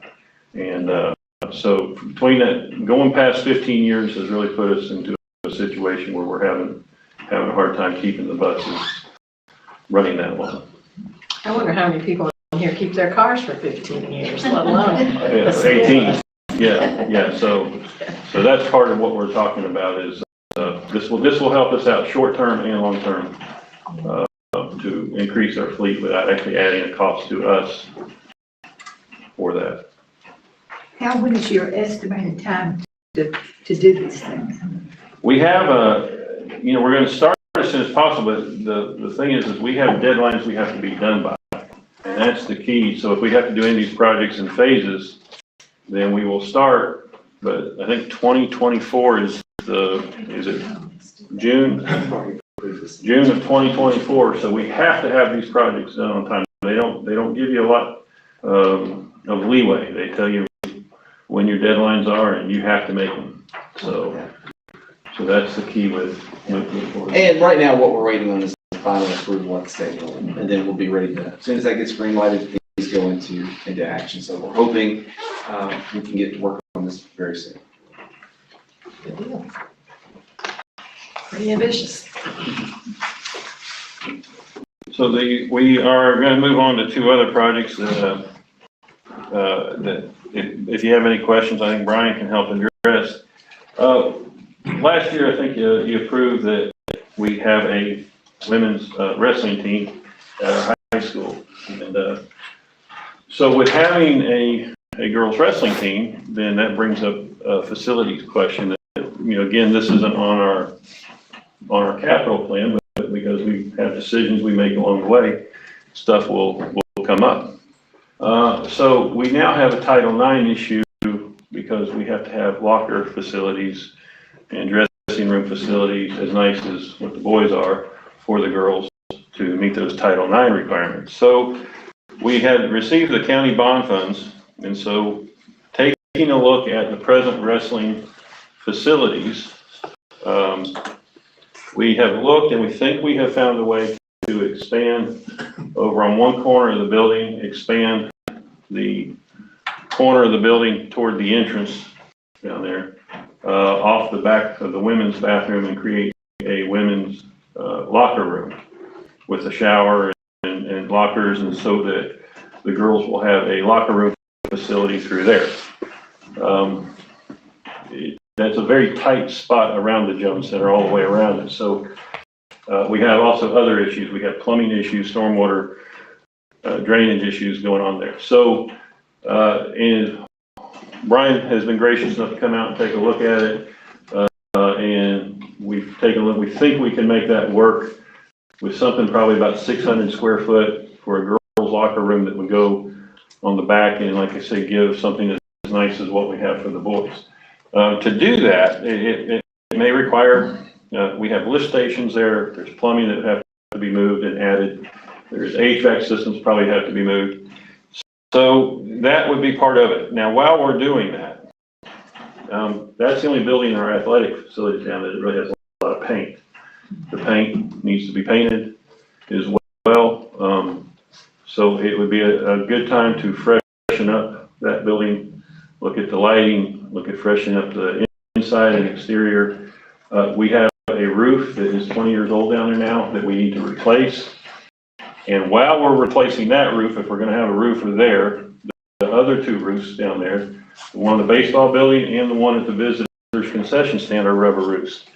We can get a better price if we do projects like that together. So I would recommend to you that we go ahead and do the roofs on the concession stand as well as the roof on the baseball building at the same time and include that in this job as well. And that's where I'm coming up with the estimate for you of $280,000. So we would do that as well, looking at this summer, and do that using the bond funds. There's also a curtain that would need to go in there for the girls to be able to have a separate practice period when they're practicing, to be able to, coaches could separate them from the boys during that practice time. So that would all be part of it, of coming up with the design for the wrestling building. And then the Denning Center, they're still studying the Denning Center. We're still looking at that. But regardless of what happens at this building, we've got to move forward with the roof. We're leaking. And like Cody's office here, when we have heavy rains, it leaks. And this hallway, it leaks. And we're only doing more damage by letting it wait. So we're at a point where regardless of what we come up with the building, the roof still has to be done. They did a study, the girders are good. So we do know that. So we're not gonna have to replace girders. We think the decking is mostly good. So it's probably time to go ahead, if you're okay with it, move forward this summer and get this roof replaced. Because like I said, no matter what we do with the building, the roof has to be done before we have too much more damage. And then it'll cost us a lot more in the long run if we do anything with it. So those are the two items I would bring on the county bond funds to you to inform you of and let you know about what the plans were. Question. Any questions there? Yeah, I have a question. In regards to the Denning Center, I don't know whether you're going to address this later or not, or whether it needs to be done this year if you have money with county funds. But you know, the swim team meets almost every night in the back, and you pull in to let the kids out, and you cannot pull back out. You have to back out with other people coming in, and I think it's a danger. I think if there's some way that they could go out, fix an entrance to go back out, so you don't have to back out while other cars and kids are walking out. I think that's really important to address this year. I don't know if you're talking about it later, but I think it needs to be addressed. I've experienced it myself because I've dropped grandkids off and I think, oh my gosh, is there a child behind me or other cars coming in? And it's dark on top of that. Yeah, it's dark, there's no lights back there. Okay. I can take a look at that. I think they put a planter, but I think the planter is actually on top of the asphalt on that end of the building. So can we, let me and Scotty, if we can take a look at that and see, I don't want to give you an answer and give you the wrong answer. Right. So can we take a look at that and get back and let y'all know if there's something we can do that would alleviate that or be Brian, did y'all look at that? I was thinking we talked about taking that out just because of the fact that we think that there's asphalt underneath the tree. Yeah, I think that would be a fairly good fix. I just don't want to promise something Right. that we can't. So that we can look at it and see. Because we'll there's no look one at place it. that they can go to swim. Right. Yeah, and that's something I don't think have you ever run into that, thought about that or anything? I don't think we've heard that before. So I think we can take a look at it and see what's possible. Questions? Any other questions about these other, on this? Cindy, let me ask you a question. For this, do you need the board to vote in order to appropriate those funds for this? Yes. Okay, so we will need a vote on these items. Okay, so, and these are estimates, of course. You would Right, these are have to bid it estimates out that- and Right. And would we see the plans before, like if Brian draws plans for the wrestling building, we would get to see those? Yeah, we would bring those before you. So this is just kind of an estimate or giving This you is the just the money? start of the project and to get us moving. You know. Okay. Suggestions there. Okay, Carolyn and Nate. Okay, any other questions? All those in favor say aye. Aye. Aye. Unanimous. Okay, thank you. Hey, Al, before you start in the sales tax, that is a baseball scoreboard, it's a softball. We've already got the donation for softball. Yeah, when we get to the, yeah, It's baseball, it's just softball. right. It's right up there. It's right up here. Yeah, on the agenda, we didn't get it changed, but it's changed in the presentation, so.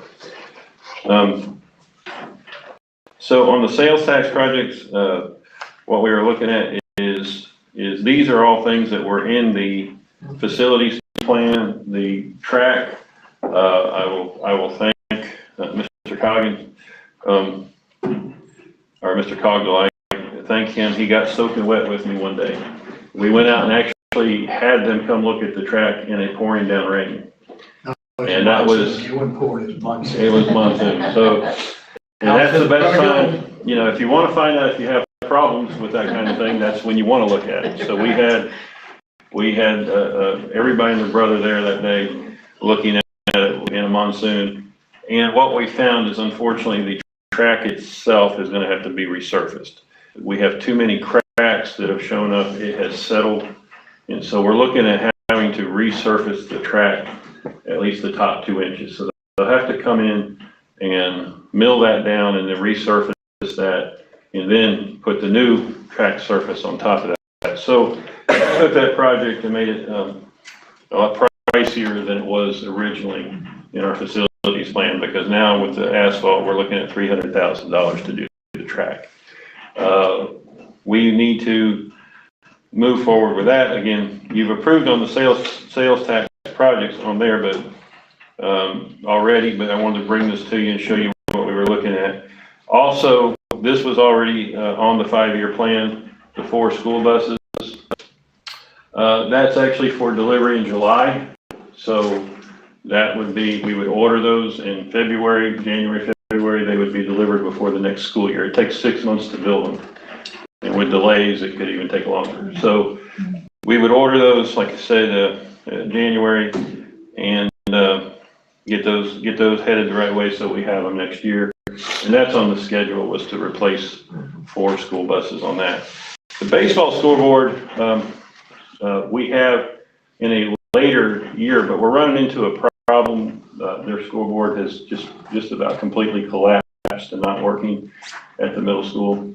So we looked at funding. I talked to Cindy, and so that was in the red letters, I think, on one of them, under the middle school, when you look at the facilities plan, that this is something we need to do. So, the softball is donated, but the baseball we need to replace. And so I'm going to ask that we go ahead and look at the baseball scoreboard at the middle school at $15,000 to get it replaced. And if we get approval, then we can make sure that happens, try to make sure that happens before baseball season this year. You want to wait till the day before, though. Yes. Nate? When you say collapse, you just mean inoperable, not like literally fall. No, it's literally collapsed. It was, It's we were out there one day, It's it's braced up there. we had to go in and brace that up, and now since then it's even gotten worse. And so we've got to, and we're going to have to move it. Just its location is a very poor location to be able to maintain it. So we're actually going to move it and take it around to the side fencing and have to redig electric pole and put new posts in and everything for this. Go from the right field side and to the left field. So Where it is right now, it's not a public danger, it's out of the way where students are or anybody else, but it's not for it to. yeah, it's actually, and it's a nuisance to our neighbors that are behind the school, to be honest with you. And we can't work on it. A lot of times we can't work on it without having to get their permission to cross their property. The drainage issue at the track, will that be addressed when the track is resurfaced? You took care of the drainage issue years ago. That's what I thought. That is a left over from back before we ever even put the turf down. Y'all spent $100,000 to fix the drainage out of the parking lot. Right. That actually took care of it, but the damage was already done. Oh, okay. So we've taken care of that. So between the track, the actual turf drainage and the drainage you did in that parking lot, that won't be an issue moving forward. Somebody asked me the other day if we can expand our tracks. How many lanes do we have? Maybe 6. Yeah, we have There's no way to 6. do that, is there? There's really no, we're kind of between the bleachers and the way they are. We've looked at that Yeah. really closely. There's really no way to do that. It would be a very, very expensive thought to do that. Just, we're too tight. So 6 lanes is pretty well what we're stuck with. We went during high school the other night, Dr. Dyer and I went, and they get a really nice 6-lane track. You can have meets there, but you can't have regional track meets. Krista? Is it gonna be, replaced with asphalt again? Or is it? Well, you'll have asphalt, but then you'll have the newer surfaces. And we've actually talked to, the company that helped with the turf, and they now do tracks. So we're gonna discuss with them if they'll maybe, be competitive on a bid that might give us more than what we're asking for, if I can just leave it that way. And Al talked to him about, I think I ought to maybe mention the blue track, at least that would fade, but since they're in the track business, I can kind of get a mixture of red and blue in there, would hold up better, they said, isn't that right, Al? Yes, sir. Well, we would have to bid. Yeah, We'd have to bid. we would have to bid it. They are not tied in right now with one of the government, They were not, So- we found that out. yeah, they're not tied in with the limit at this point, so we would have to look at bidding, bidding the track. So we need to Be a fair bid. We need to get that actually out as soon as possible so we can get on somebody's schedule to get the track started, because it takes about 60 days for the track to cure. And you just have to limit the use of that track while it's curing. Now, the baseball field, the baseball scoreboard has to come from, sales tax. Yes, That would be a that's nice thing for baseball alumni, maybe to think about donating. at the middle school. And Scott does a great job of getting, funding, but like I said, I think, I agree with you. I mean, if they know there's a need, there may be a group that comes up with the money for it. or something. Second item, sorry. We got the money, I think Scott's got some other things in mind. I was thinking, okay. There's not, the Arnold Theater roof on the list? And sorry, Cindy and I talked, and I went back and looked, the Arnold Theater, we took a second look. That roof is holding up right now. And so basically what we looked at is we got a no school board and another school board that's worn out. And so what we were looking at is that we would probably move the Arnold Theater roof down the road a little bit.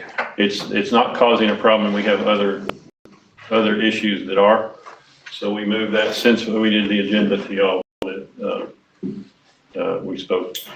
I spoke with Cindy and asked her if that would be something we could do, if it would affect us. And so that's why we moved that from there. So Cindy, for the board, do they need to approve the track since it's a higher price now? And then the baseball scoreboard, since that's not been voted on? Yes, that would be. The 4 buses. Buses are already there. The buses are approved. We need the other 2 items approved, just make it official. Okay. I need a motion. So moved. Okay, second. Carolyn, second. Any more questions? Okay, all those in favor say aye. Aye. Aye, unanimous. It's exciting stuff. And I think that takes care of our problem. You know, I have to say, when the citizens see these things happening and construction happening and improvements being made, and they always come up and they thank you, and I say, no, it's your tax dollars that are paying for this. And of course, the ESSER money, it really is our tax dollars, but that came from a higher power, I suppose. You know, I like to remind the citizens that we do like to keep our buildings and our buses to the highest standards, and they've been very generous to supply us the funds to do that. And I will also say, even though we didn't talk about every school today, every school has been affected by the federal dollars that have come forward, or through sales tax. So over the past year, there's been improvement at every school. Pretty much every school. It's been great to see it too. I have a question about our new custodial company. Yes. How How's that going? What's the evaluation? Well, it's, in all honesty, it's not going as well as I would hope. Okay, but I will tell you that it is largely to do for the same reason I'm having issues with bus drivers. We are in an industrial area, and one of the local factories, I won't use their name here, is offering $17.25 an hour with no experience, day shift, full benefits the day you start. And they're interviewing every Wednesday and Thursday. So that's what we're competing against. If you, the same people we're trying to hire as custodians to pass background checks, and as you know, our background checks are no jokes. These people right now can go to industry and they can get very good, high-paying jobs with full benefits. And so that's what we're dealing with. I can assure you that they are trying and that they are hiring, that they've been doing some things without, I don't want to tell you wrong, but I know they've been doing some things and that we've been getting across the table. Mr. Kaiser's been getting background checks. What happens is they come in, they start, they work for a couple weeks, and then they go to one of these places and they get offered considerably more. And so that's what the issue is. I'm talking with the custodial constantly. We do have people coming in, but they go out, and we are much higher than we were. So we're getting closer to getting the full employment piece, but we're not there. And we are staying on, we are writing them. The person who's in charge of this contract actually lives down in Florida. She has been here and spent weeks here, staying in a hotel to try to get things moving for us. So I know that they're making an effort. And so we are working, and they know, they hear from me weekly about how unhappy, and we are making them go talk to the principals. And so like I said, I know they're making an effort, I know they're trying, but it's not acceptable at this point. How is the substitute company doing for subs? We're waiting on approval, just like we're waiting on your projects to be approved. That's one of the things that's in that. Okay.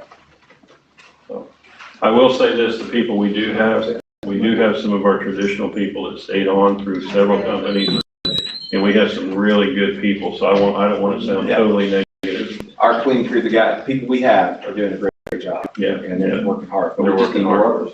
That's what it comes down to. Do they have substitute people, like we have substitute teachers? No, they can't. They just can't get them. Like I said, right now, the economy, and again, the benefits of Cleveland, it's a beautiful city, and we all love it, but it's also an industrial city.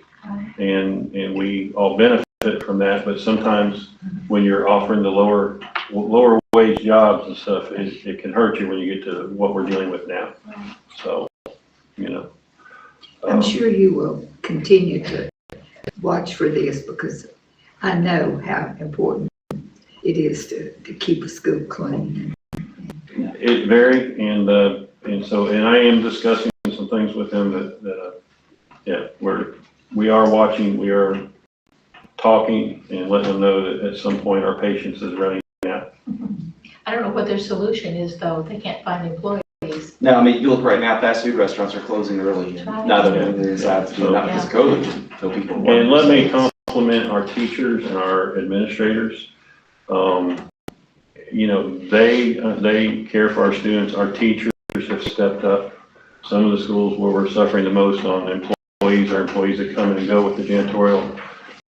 They've really stepped up, and they take care of things, and they make sure that their students are taken care of. We've got employees that are doing some of our teachers are actually doing some of the spraying for us, the disinfectant spraying, and we're compensating them for that. We're not asking them to do it for free, but at the same time, we thank them because they're doing it, and they're taking that initiative for us. And like I said, it just goes back to what people here kick in, they do, and they help. And I want to thank them, if y'all don't mind, for what they're doing, make you aware that our teachers, once again, are going above and beyond. So I wonder if some of the students would enjoy doing some cleanup or something, exchange for some refreshments the next day or something. Oh, well, if that's it. Any other questions? Thank you. Dr. Dyer, anything? Ward, anything? All right, we will adjourn. Thank you. All right.